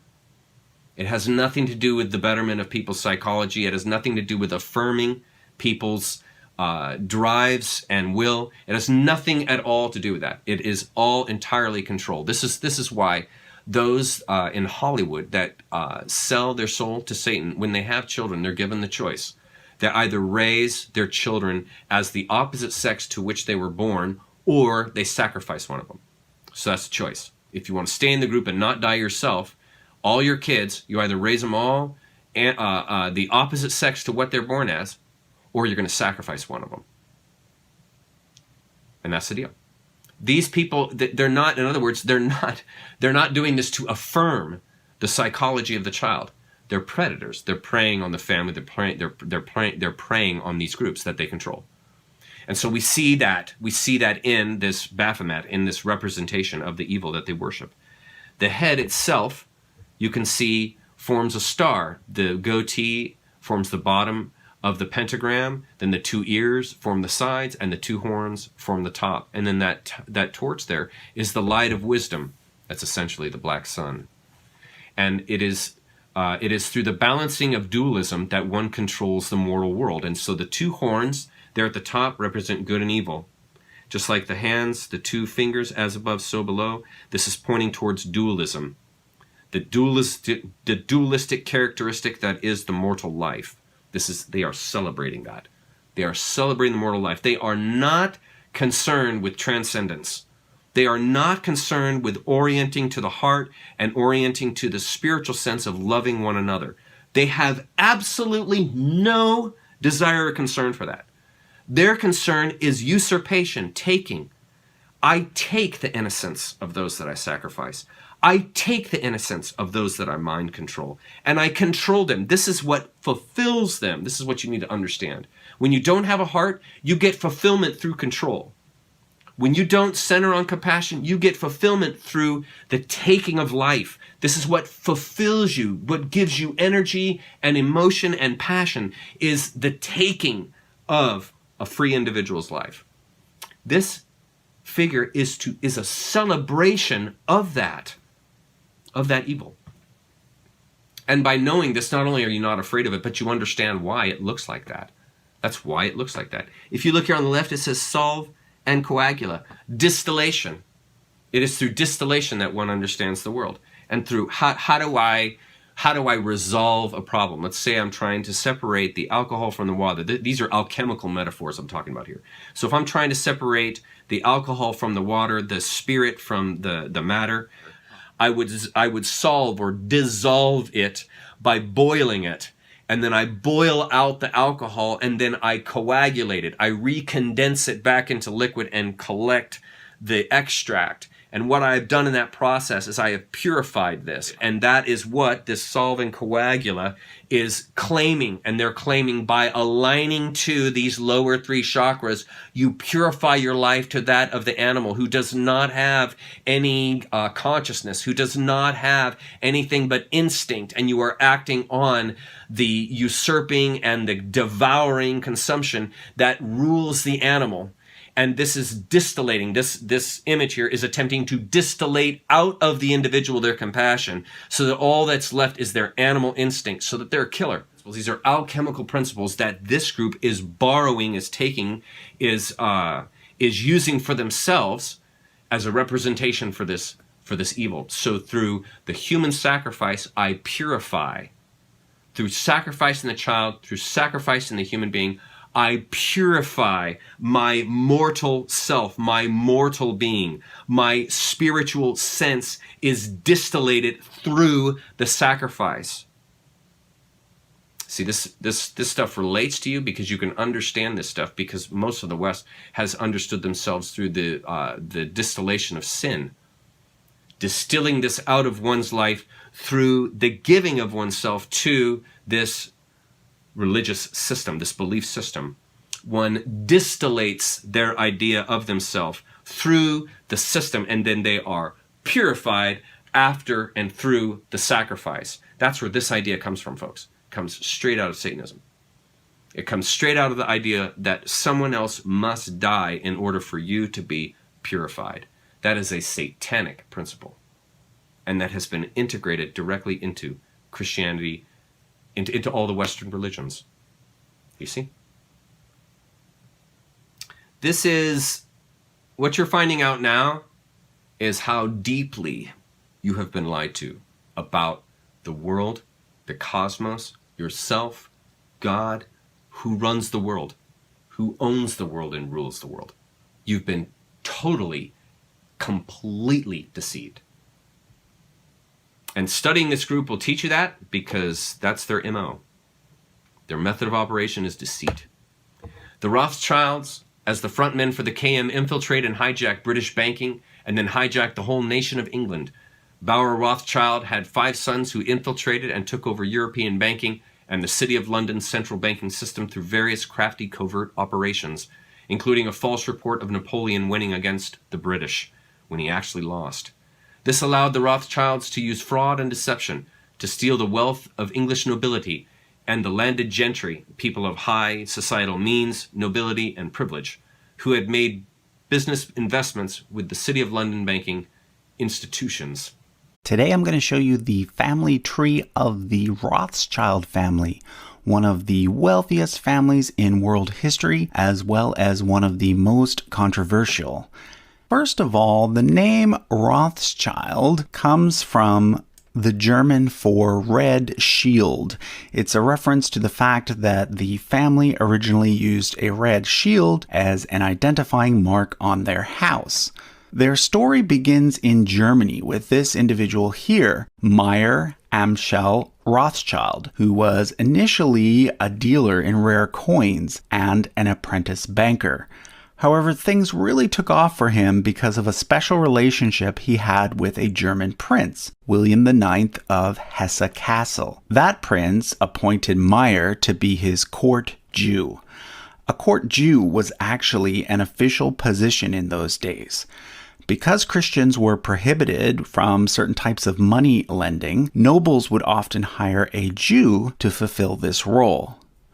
So Meyer ended up managing the money for one of the richest princes in Europe, and by doing so, he himself became very rich as well. Eventually, he started managing money for other princes, and even entire governments.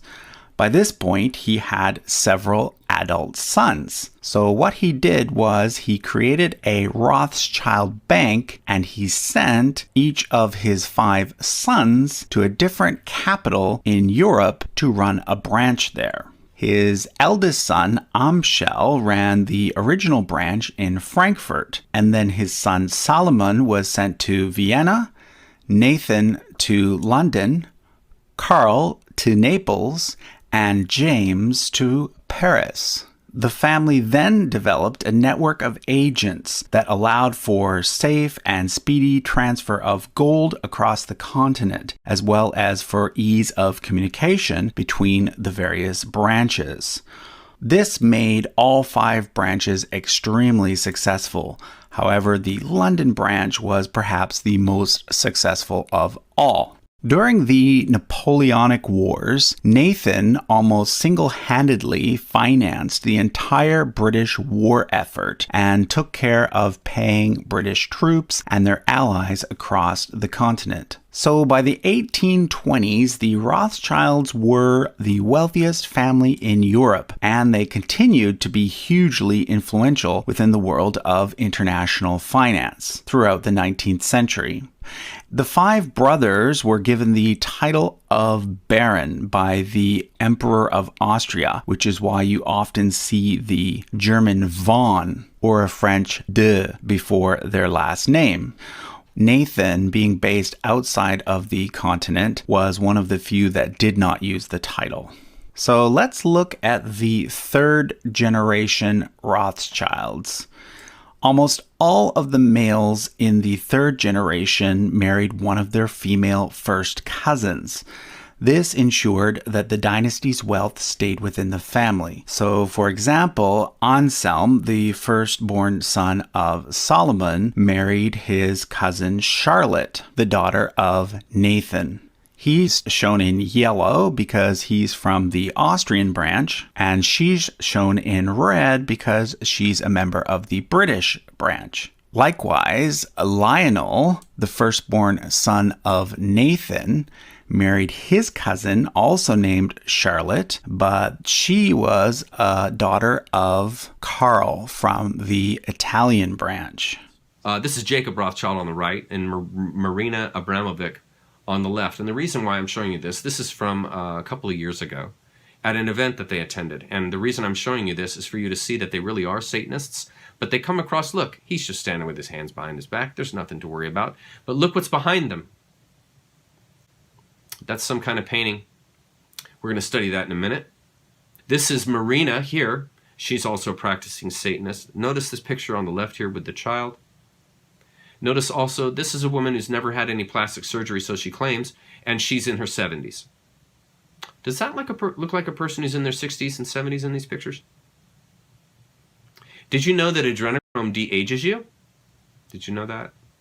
Did you know that it makes the skin tighter and thicker? Keeps your hair color the same color. It will never gray. If you're consistently drinking adrenochrome, you will de-age. You won't age. This is one of the secrets in Hollywood of how all of the men and women don't age and stay looking so young. It's because they have a consistent diet of adrenochrome, children's blood. What is the painting that they are standing in front of? This is a painting called Satan Summoning His Legions. Now, why do you think at a special gala public event they would want to be pictured right in front of Satan summoning his legions? Think that's coincidence? You notice I noticed something about this painting here on the left. Do you notice something above Satan's head there? Look at the dude on the right, how he's looking up at it. Here's a closer shot. That looks like a mouth to me. And two eyes, see the red? That looks like the mouth of Satan, does it not? Look here. Look how much it looks like the papal hall at the Vatican, which looks like a snake mouth. Here's a bigger picture of it. Do you see the little white light dots going into the mouth? Those look like souls flowing into the mouth of Satan. Here we have the papal hall. You don't believe me? Here it is occupied. That is literally the papal hall at the Vatican in Rome.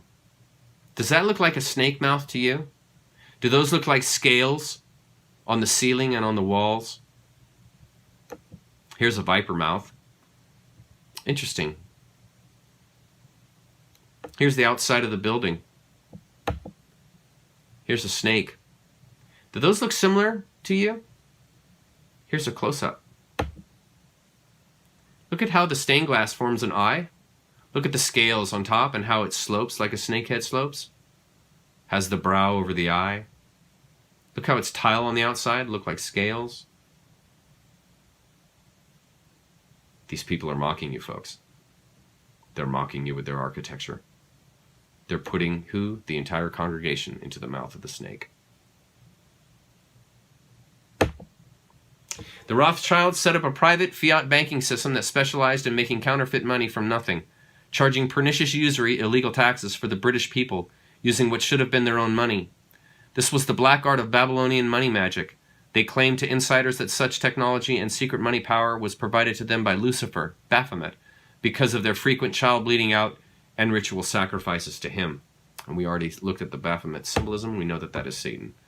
Once they had infiltrated and hijacked the British banking system, they interbred prima nocte with the British royals. We talked about that earlier, remember, where they bred with the local kingdoms there in the 1500s, and they hijacked the royalty systems, the nobility systems that were in place with their own seed, prima nocte. Some experts believe that the Rothschilds genocided the royal family members by staging secretly managed illicit and adulterous breedings with their own Khazarian men in order to replace the royals with their own pretenders to the throne, a practice known as prima nocte, and we all remember the scene in Braveheart when that happened. In the 1600s, the KM murdered the British royals and substitute their own fakes. In the 1700s, they murder the French royals. Right before World War I, they murder Austrian Archduke Ferdinand to start World War I. In 1917, they assembled their KM army, the Bolsheviks, and infiltrate and hijack Russia, murder the Tsar and his family in cold blood.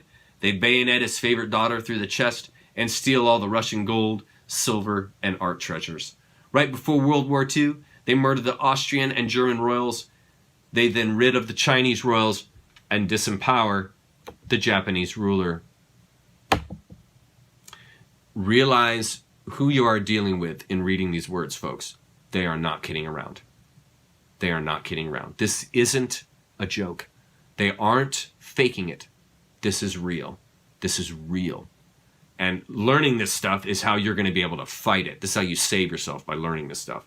The Khazarian Mafia's intense hatred of anyone who professed faith in any god but their god Baal has motivated them to murder kings and royalty and make sure they can never rule. They have done the same with American presidents, running sophisticated, covert operations to disempower them. Remember what I was saying about Reagan? Remember what I was saying about Reagan? That's what they did.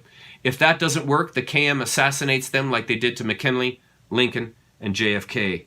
Remember the Clinton body bags? These are the people that are found having committed suicide by shooting themselves in the head twice and hanging themselves. But they committed suicide. Okay. The KM wished to eliminate any strong rulers or elected officials who dared to resist their Babylonian money magic and their covert power gained from their deployment of their human compromise network. The Rothschilds expand their network to create international narcotics trafficking on behalf of the KM.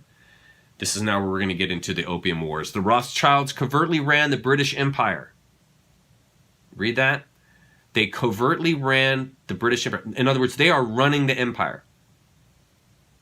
Just past, look at our map here. Look at the map.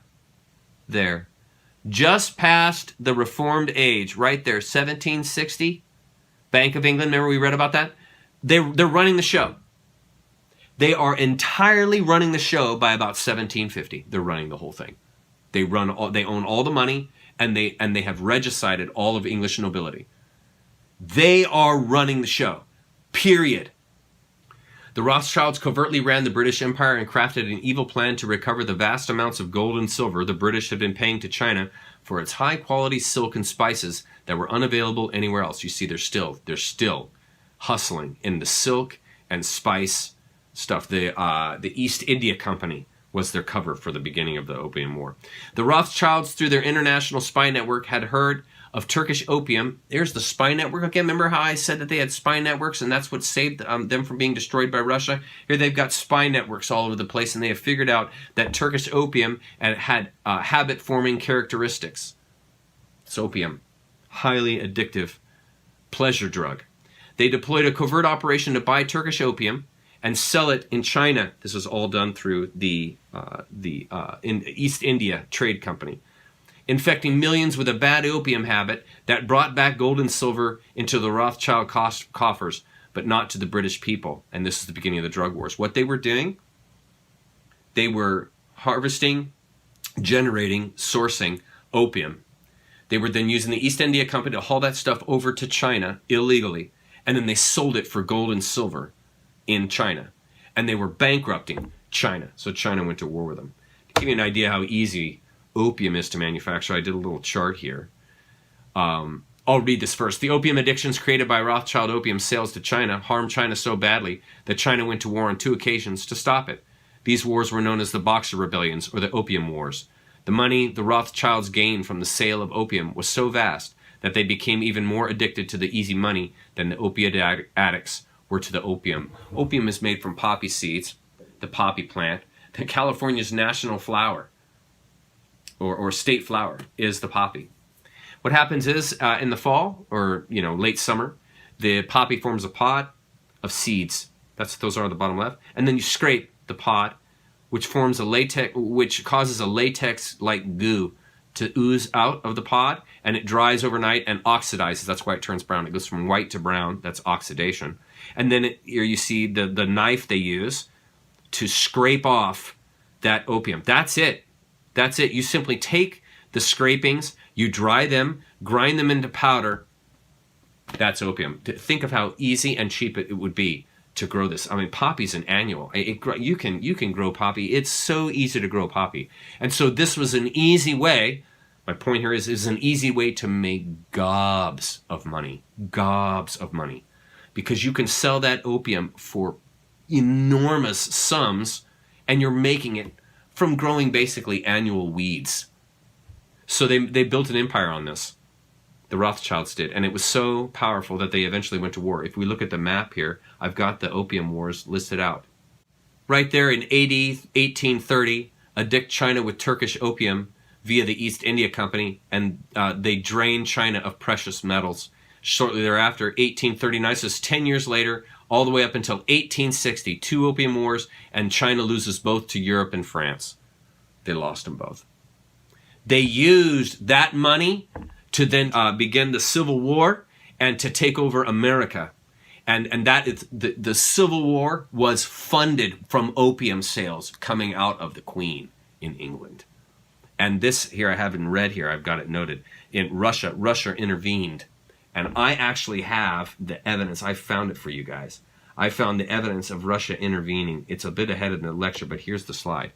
This is how they intervened in the American Revolutionary War on the left from 1775 to 1783, and then the American Civil War in 1861 and 1865, how Russia intervened, saved our Bohinies, and at the same time even created even more hatred with the Khazarian Mafia. This is why you have heard the narrative from Hillary from the very beginning. Russia, Russia, Russia. Russia is bad. Hate Russia. Destroy Russia. Russia is evil. That's why you're hearing that. That's why you're hearing that. Straight out of the Khazarian Mafia. The Rothschilds were the funding source behind the establishment of the American colonies by incorporating the Hudson Bay Company and other trading companies to exploit the New World of the Americas. It was the Rothschilds who ordered the mass extermination and genocide of the indigenous people of North America to allow for exploitation of the vast natural resources of the continent. The first biological weapons were leprosy, smallpox, and plague. Isn't it interesting that they still use disease as a means of control?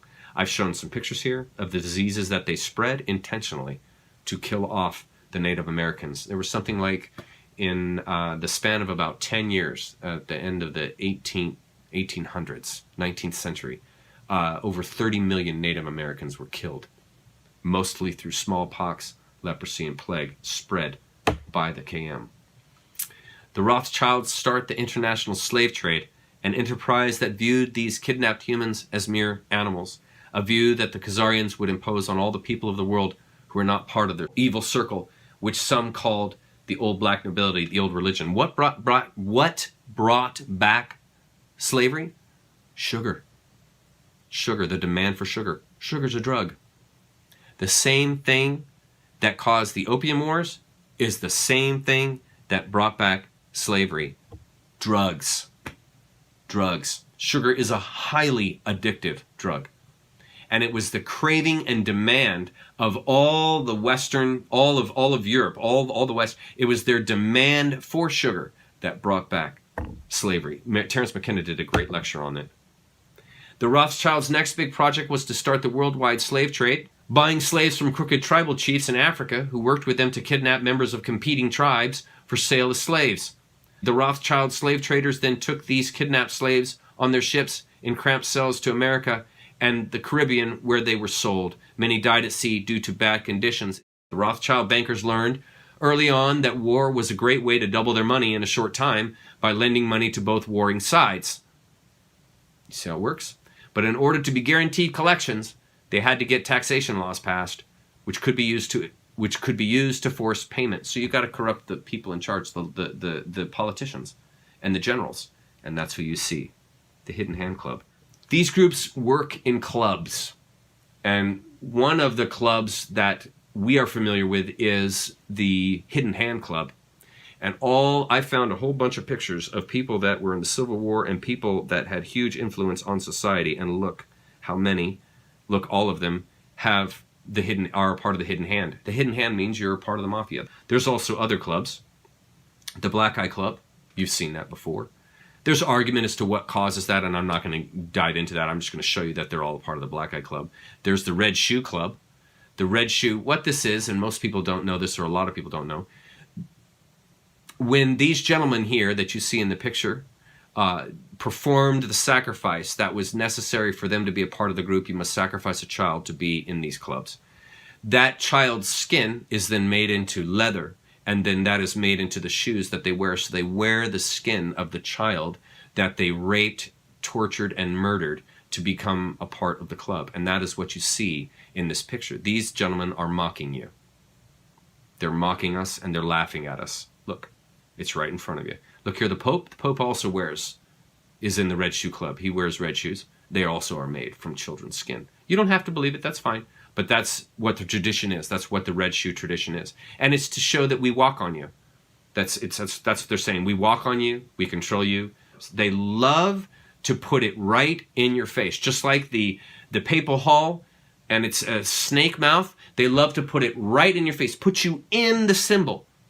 They are eating you and you are in the symbol, and they stand there and laugh at you because you don't know that you're participating in their con by being complicit with them. The Rothschild private fiat counterfeit banksters plot eternal revenge against the American colonists in Russia who assisted them for losing the Revolutionary War. When the Rothschilds lost the American Revolution, they blamed the Russian Tsar and the Russians for assisting the colonists by blockading British ships. They swore eternal revenge on the American colonists, just as they had when the Russians and their allies crushed Khazaria in AD 1000. The Rothschild KM attempts to retake America in 1812 on behalf of the Khazarian Mafia, but fails, once again because of Russian interference. This failure enraged the Rothschild KM, and they once again plot eternal revenge against both the Russians and the American colonists, and plan to infiltrate and hijack both nations, and asset strip, tyrannize, and then mass murder both nations and their populace. Continuing on, we've been at this for a while. The Rothschilds and their English oligarchy that surrounded them plot ways to retake America, and this became their main obsession. Their favorite plan is to set up an American central bank, featuring Babylonian money magic, usury, illegal taxation, aka theft, and secret counterfeiting. Although geographically separate, the city-states of London, the Vatican, and the District of Columbia are one interlocking empire called Empire of the City. The flag of Washington's District of Columbia has 3 red stars, one for each city-state in the 3-city empire. This corporate empire of 3 city-states controls the world economically through London's inner city, militarily through the District of Columbia, and spiritually through the Vatican. The Constitution for the District of Columbia operates under a tyrannical Roman law known as Lex Fori, which bears no resemblance to the U.S. Constitution. When Congress passed the Act of 1871, it created a separate corporate government for the District of Columbia. This treasonous act allowed the District of Columbia to operate as a corporation outside the original Constitution of the United States and outside of the best interests of American citizens. A sobering study of the signed treaties and charters between Britain and the United States exposes a shocking truth. The United States has always been, and still is, a British Crown colony. King James I was famous not for just changing the Bible into the King James Version, but for signing the First Charter of Virginia in 1606. That charter granted America's British forefathers a license to settle and colonize America. The charter also guaranteed that future kings and queens of England would have sovereign authority over all the citizens and colonized land in America stolen from the Indians. After America declared its independence from Great Britain, the Treaty of 1783 was signed. That treaty specifically identifies the King of England as the Prince of the United States and contradicts the belief that America won the War of Independence. Although King George III of England gave up most of his claims over his American colonies, he kept his right to continue receiving payment for his business venture of colonizing America. If America had really won the War of Independence, they would never have agreed to pay debts and reparations to the King of England. When Congress passed the 13th Amendment to the Constitution, the U.S. President was made subservient to the King of England. The 13th Amendment is called the Title of Nobility Amendment and forbids U.S. presidents and their officials from using royal titles like King or Prince or Baron. For some mysterious reason, the 13th Amendment, which was ratified in 1810, no longer appears on current copies of the Constitution. America's blood-soaked War of Independence against the British bankrupted America and turned its citizens into permanent debt slaves of the King. In the War of 1812, the British torched and burned to the ground the White House and all U.S. government buildings and destroyed ratification records of the U.S. Constitution. 1 century later, a corrupt U.S. Congress committed the biggest theft in world history. They passed Paul Warburg's Federal Reserve Act in 1913, handing over America's gold and silver reserves and total control of America's economy to the Rothschild banksters. In 1913, the Rothschild KM was able to establish a beachhead by bribing crooked, treasonous members of Congress to pass the illegal, unconstitutional Federal Reserve Act on Christmas Eve without a required quorum. The act was then signed by crooked, bought-off President Woodrow Wilson, number 28, who was a traitor to America, like the members of Congress who voted for it. And look, I found pictures of Woodrow Wilson. Look at the handshake. Look at the handshake. That's a Masonic handshake. That's not a normal handshake. Look, he's giving the guy practically his wrist. These are Masonic handshakes. He's a bought man. Wilson was a bought man. The KM put an illegal, unconstitutional tax system in place in order to make sure that Americans would have to pay for their high-level USG spending, approved by a bought-off, crooked Congress and presidential puppets put into place by corrupt KM campaign finance. It's easy for the KM to garner enough money to elect anyone they want, because when you control a bank that is a secret major counterfeiter, you have all the money made for you that you desire. Absolute corruption corrupts. Absolutely. Doesn't it, though? Just look at Rome. Most Americans still believe that the Fed, or Federal Reserve, is the government. It is not. The Fed is a privately owned banking system whose majority Class A shareholders are the Rothschilds, Warburgs, Kuhn & Loeb, J.P. Morgan, Rockefeller, Israel Seif, and the Lehman Brothers. This private banking cartel is the Fed and is never audited and never pays taxes. They print and design America's money, which displays their symbols of an Egyptian pyramid, a Masonic all-seeing eye, and the words "In God We Trust." At about the same time that they created their illegal usury tax system in America, they also bribed members of Congress to approve the Internal Revenue Service, 1862, which is their private collection agency incorporated in Puerto Rico. And I'm going to show you something here with this little chart. Soon afterwards, they set up the Federal Bureau of Investigation to protect their banksters, to serve their cover-up needs and prevent them from ever being prosecuted for their child sacrifice rituals or pedophile networks, and to also serve as a covert intelligence operation on their behalf. So what we have Babylonian money magic. Here we have the collection agency is established, 1862. Got to pay for the war. Got to pay for the war, folks. Got to pay for the war. And if we don't pay for the war, those Brits, they're going to come and get you. They're going to come and get you. Right? Do you see a theme happening? Then they established the Department of Justice. Yes, in 1908, Bonaparte establishes the FBI. Bonaparte was bought off, just like Napoleon was bought off. And this is going to be the enforcement agency that will guard their crimes that they make with the United States Federal Reserve System. So the FBI was not set up to protect you and to bring about justice. It's a criminal justice system. It is justice for the criminals. So the Department of Justice was established to guard the crimes of the KM within the system, within the government. It had nothing to do with guarding you and helping you and protecting you. Nothing. Nothing. In fact, these agencies, note that the FBI, BATF, that's Tobacco and Firearms, IRS, and others have no official charter according to the Library of Congress, and so have no right to exist or issue paychecks. You're under control. You're being used and pushed around. It is not about your betterment. It is not about your having a nicer, more protected, better life.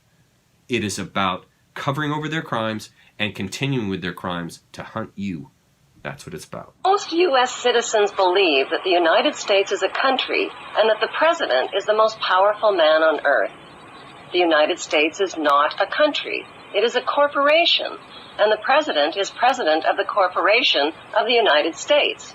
He and his elected officials work for the corporation, not for the American people. Since the United States is a corporation, who owns the corporation of the United States? Like Canada and Australia, whose leaders are prime ministers of the Queen, and whose land is called Crown Land, the United States is just another crown colony. Crown colonies are controlled by the empire of 3 city-states. At the center of each city-state is a towering, phallic-shaped stone monument called an obelisk that points skyward. In D.C. city-state, the obelisk, known as the Washington Monument, was dedicated to Freemason George Washington by the Freemason Grand Lodge of the District of Columbia. The secretive Brotherhood of Freemasons laid the Washington obelisk's cornerstone in 1848 and contributed 22 Masonic memorial stones. 250 Masonic lodges financed the Washington Monument obelisk, including the Knights Templar Masonic Order. At the heart of London city-state is a 187-ton, 69-foot-tall Egyptian obelisk called Cleopatra's Needle. It was transported from Egypt and erected on the banks of the River Thames. In Vatican City, another Egyptian obelisk towers high above St. Peter's Square. The Rothschild KM deployed the Bolshevik Revolution in Russia to extract incredibly savage, bloody revenge on innocent Russians, which they had plotted for many years. Ever since Khazaria was destroyed, they pre-stage and engineered the Russian Revolution by using its central banks to pay for the Bolshevik infiltration of Russia and the revolution on behalf of the KM. The Bolsheviks were actually created and deployed by the KM as the essential part of their long-planned revenge on the Russian Tsar and the innocent Russian people for breaking up Khazaria in about AD 1000 for its repeated robbery, murder, and identity theft of travelers from countries surrounding Khazaria. The Bolsheviks are what were used to move in and terrorize the Russians, and the Bolsheviks eventually became the Nazis. This is all the work of the KM. This little-known fact explains the extreme violence taken out on Russia as long-standing revenge by the Rothschild-controlled KM. Remember, they hated Russia for invading their country, and they took out revenge during this, and I've got a little info on that. In a well-planned, savage, and inhumane bloodletting that stunned the world, the Bolsheviks were unleashed in full fury on behalf of the KM to gain revenge on the Russians. This had been planned since the destruction of Khazaria 1,000 years before.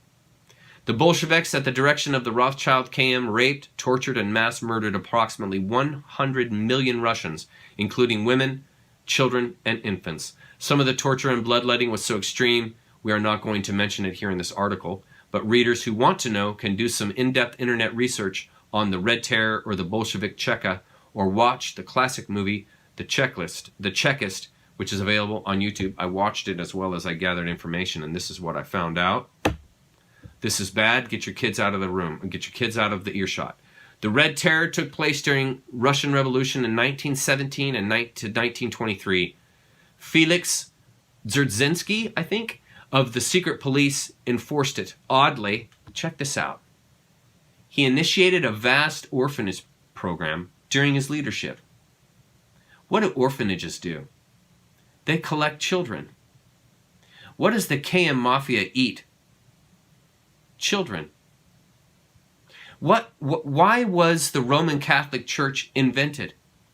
As a collection agency. For who? For the Khazarian Mafia. It had nothing to do with the betterment of people. It had nothing to do with protecting the children. You've been preyed on. A massive police state was created which operated outside the law and which could arrest seemingly anyone at any time who was judged a class enemy. Looking suspicious, being in the wrong place at the wrong time, and being denounced by jealous rivals could all lead to imprisonment. Does that sound familiar? Does that sound familiar? What they did, what the Bolsheviks did, is what the Germans did, is now what the American government is doing. And all the governments worldwide, they're all doing it. Throwing you out. If you don't go along with the COVID narrative, if you don't go along with the climate change narrative, if you don't go along with their narratives, you're out. You're out. You shouldn't even be alive. And it's the same threat that the Catholic Church gave to people. If you don't believe in this system, you're out. You die forever. You burn forever. You must subscribe to this stuff. And if you don't, you're out. You're in prison forever, meaning you're burned forever. It's the same fear techniques. It's the same activity happening. Imprisonment meant torture. Torture methods included pulling nails and fingers off with pliers, twisting, breaking, and pulling apart arms and legs, broken glass enemas, candles left to slowly burn underneath genitals, frying on a giant red-hot pan, boiling families alive. That happened. That's real. That is what Satanists, people who worship Baal, who worship Baphomet, this is what they do. They have no empathy. They have no heart chakra. They are working with the animal chakras, which are the bottom three. They are concerned with their own power and projection, their own genetic, their own life. This is what consumes them. And this is what they pursue. Just like animals. That's why Baphomet is half animal, half human. It's not fully human. It doesn't have a heart. After World War II was finished, the Rothschilds came and deployed the Cold War. And here we go. And used this as an excuse to bring Nazi scientists and mind control experts to America under Operation Paperclip. We're going to look at that in one sec. This allowed them to set up a worldwide spying and espionage system, here we are again with their spy system, that far exceeded any of their prior efforts. Under this new system, they continued to infiltrate and hijack all American institutions, including the various American church systems, Freemasonry, especially the Scottish Rite and York Rite, which you now know from Video 1 require pedophilia to become a part of, the U.S. military, U.S. intel, most private defense contractors, the judiciary, and most agencies of the USG, including most state governments, and both major political parties. This was Operation Paperclip. They literally, the U.S. government, literally brought in Nazi scientists who were doing trials and experiments on human subjects in human studies to then lead NASA, CIA, MK Ultra program, mind control. The experts from Nazi that ran the propagandist material, namely Werner von Braun, was put at the top position at NASA. Why would you put a top propagandist, a trained propagandist, who's a Nazi, in charge of NASA? Why would you do that? It's not because he has an amazing ability with a telescope. No, it's because he knows how to control mass populations of people. You simply throw the magic, the scientific magic coming out of NASA in front of the people, and they are spellbound, and they just believe whatever you tell them. So you can do things like fake a moon landing, and nobody ever knows it. Nobody ever knows you never were there. Because you have a propagandist who is leading the effort. This all goes back to mind control, propaganda, and forcing their will upon the people. That's what this goes back to. Our system is bought. Look at these guys. Look at these politicians. This is artwork that was in Jeffrey Epstein's house on that island. That is mockery, folks. Look at these two paintings. The left, that's pure mockery. People died in those events, and they're making fun of it. And then you see here, this is a horrible statement to women. In this painting on the right here, with Clinton in the same blue dress that his semen was found on. This is mockery. This is mockery. They love, one thing you can always know, these people love to mock you and lie to your face. Just watch a press conference coming out of government. They laugh and enjoy mocking and lying to everyone at those conferences. You can see them at the press conferences that they hold. The Rothschild KM decides to mind control the American masses to make it much easier to manipulate them into approving their illegal, unconstitutional, unprovoked, undeclared, unwinnable perpetual wars needed to make huge profits and gain more world power, also known as the military-industrial complex, the MIC. They decided to gain complete control over all public education by setting up the Department of Education and creating globalists and socialist curriculums based on political correctness, diversity, and perversion as normal teachings. Now, folks, before we get into that, notice they did the same thing to the medical system. Remember when I showed you the video that showed Rothschild took over all of the educational institutions for the medicine systems and rewrote all the medicine books and put his petroleum-based petrochemicals as the chemicals used in medicine to heal people? Remember that? What do you think they've done recently with the Department of Education in the last couple of decades with teaching our young ones about their gender, about all of these sexually oriented concerns? Have you noticed that the curriculum is a little bit different now than it was when you were a kid? They have moved in. Normalizing perversion examples. I'm going to give you some examples here. Pedophilia is a sexual orientation, not a crime. Okay? Adult intercourse with a child is okay if it's consensual. Genital mutilation of children is now gender affirmation. So the same child that can't choose whether or not they're going to drink alcohol and can't drive a car can choose a permanent gender mutilation for the rest of their life.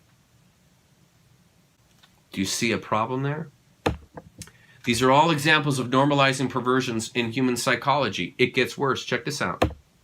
Sin is a perversion of harm. Religion is a perversion of God. Hive mind is a perversion of society. Human sacrifice is a perversion of death.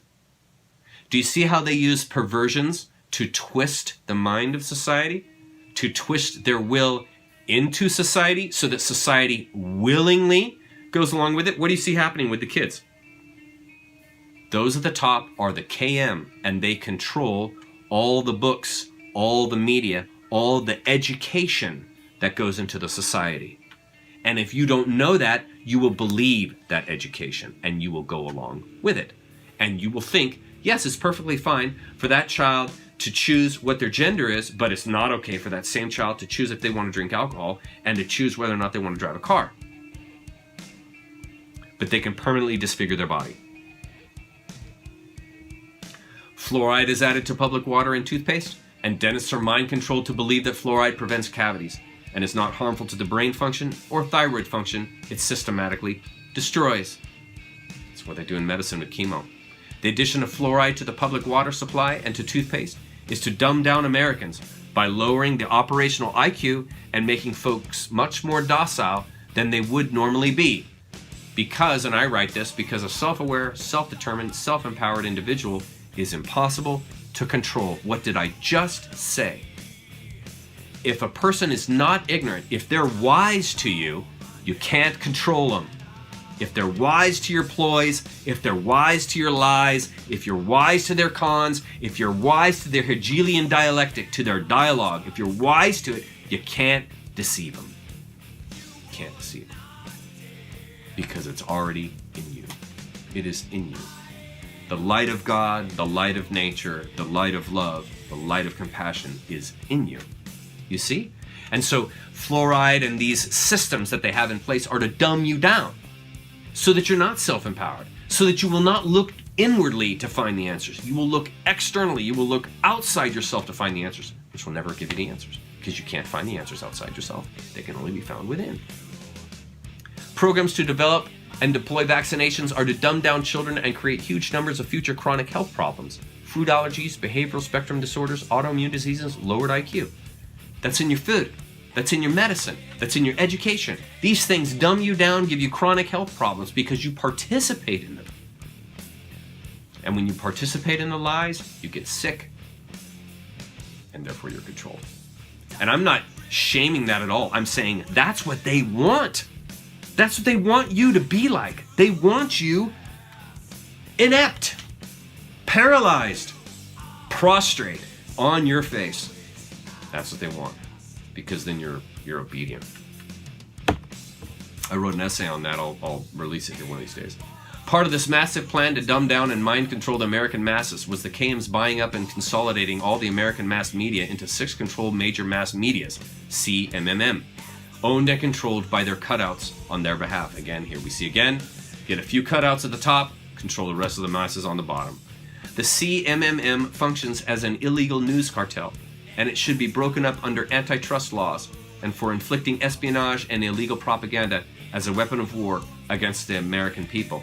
Something to notice here in this graph. In 1983, 90% of American media was owned by 50 companies. Diversity is key. You want diversity in a society. You don't want a glass house or a echo chamber society. You don't want that. You want diversity. See, so American media was owned by 50 companies. In 2011, that same 90% is controlled by 6 companies. What's the program? Corrupt a few at the top, control the rest of the masses. What do you see here in our media? Our media is completely owned by nothing but Khazarian Mafia companies who have no interest in your betterment. Finishing up now, in an interview, The Short End of the Stick, March 10, 2015, on YouTube, between Mike Harris and Gordon Duff. Here's the address if you want to go to it and see it. It was disclosed from a written transcript of a meeting with Bibi Netanyahu in 1990 that Netanyahu was a KGB spy like Jonathan Pollard.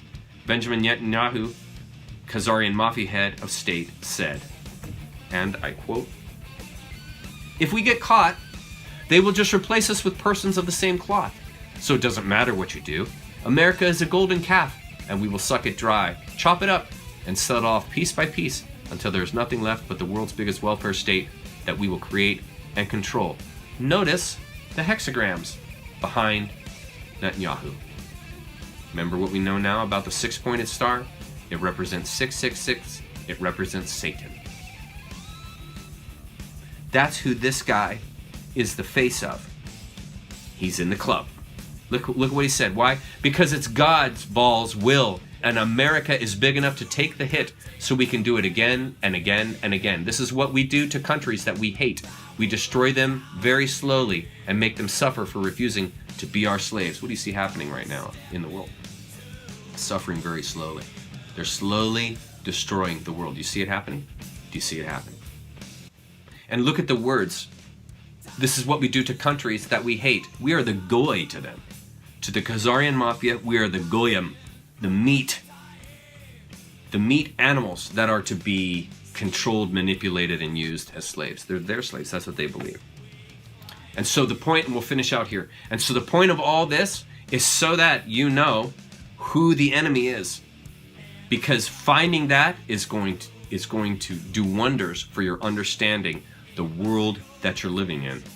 And with lectures like this, you will better understand not only who is running the world, but how you're controlled. And by knowing how you're controlled, you can cut off that control. You can defeat that control. Self-empower yourself to be free. Love you guys. See you later. See you next time. Bye-bye.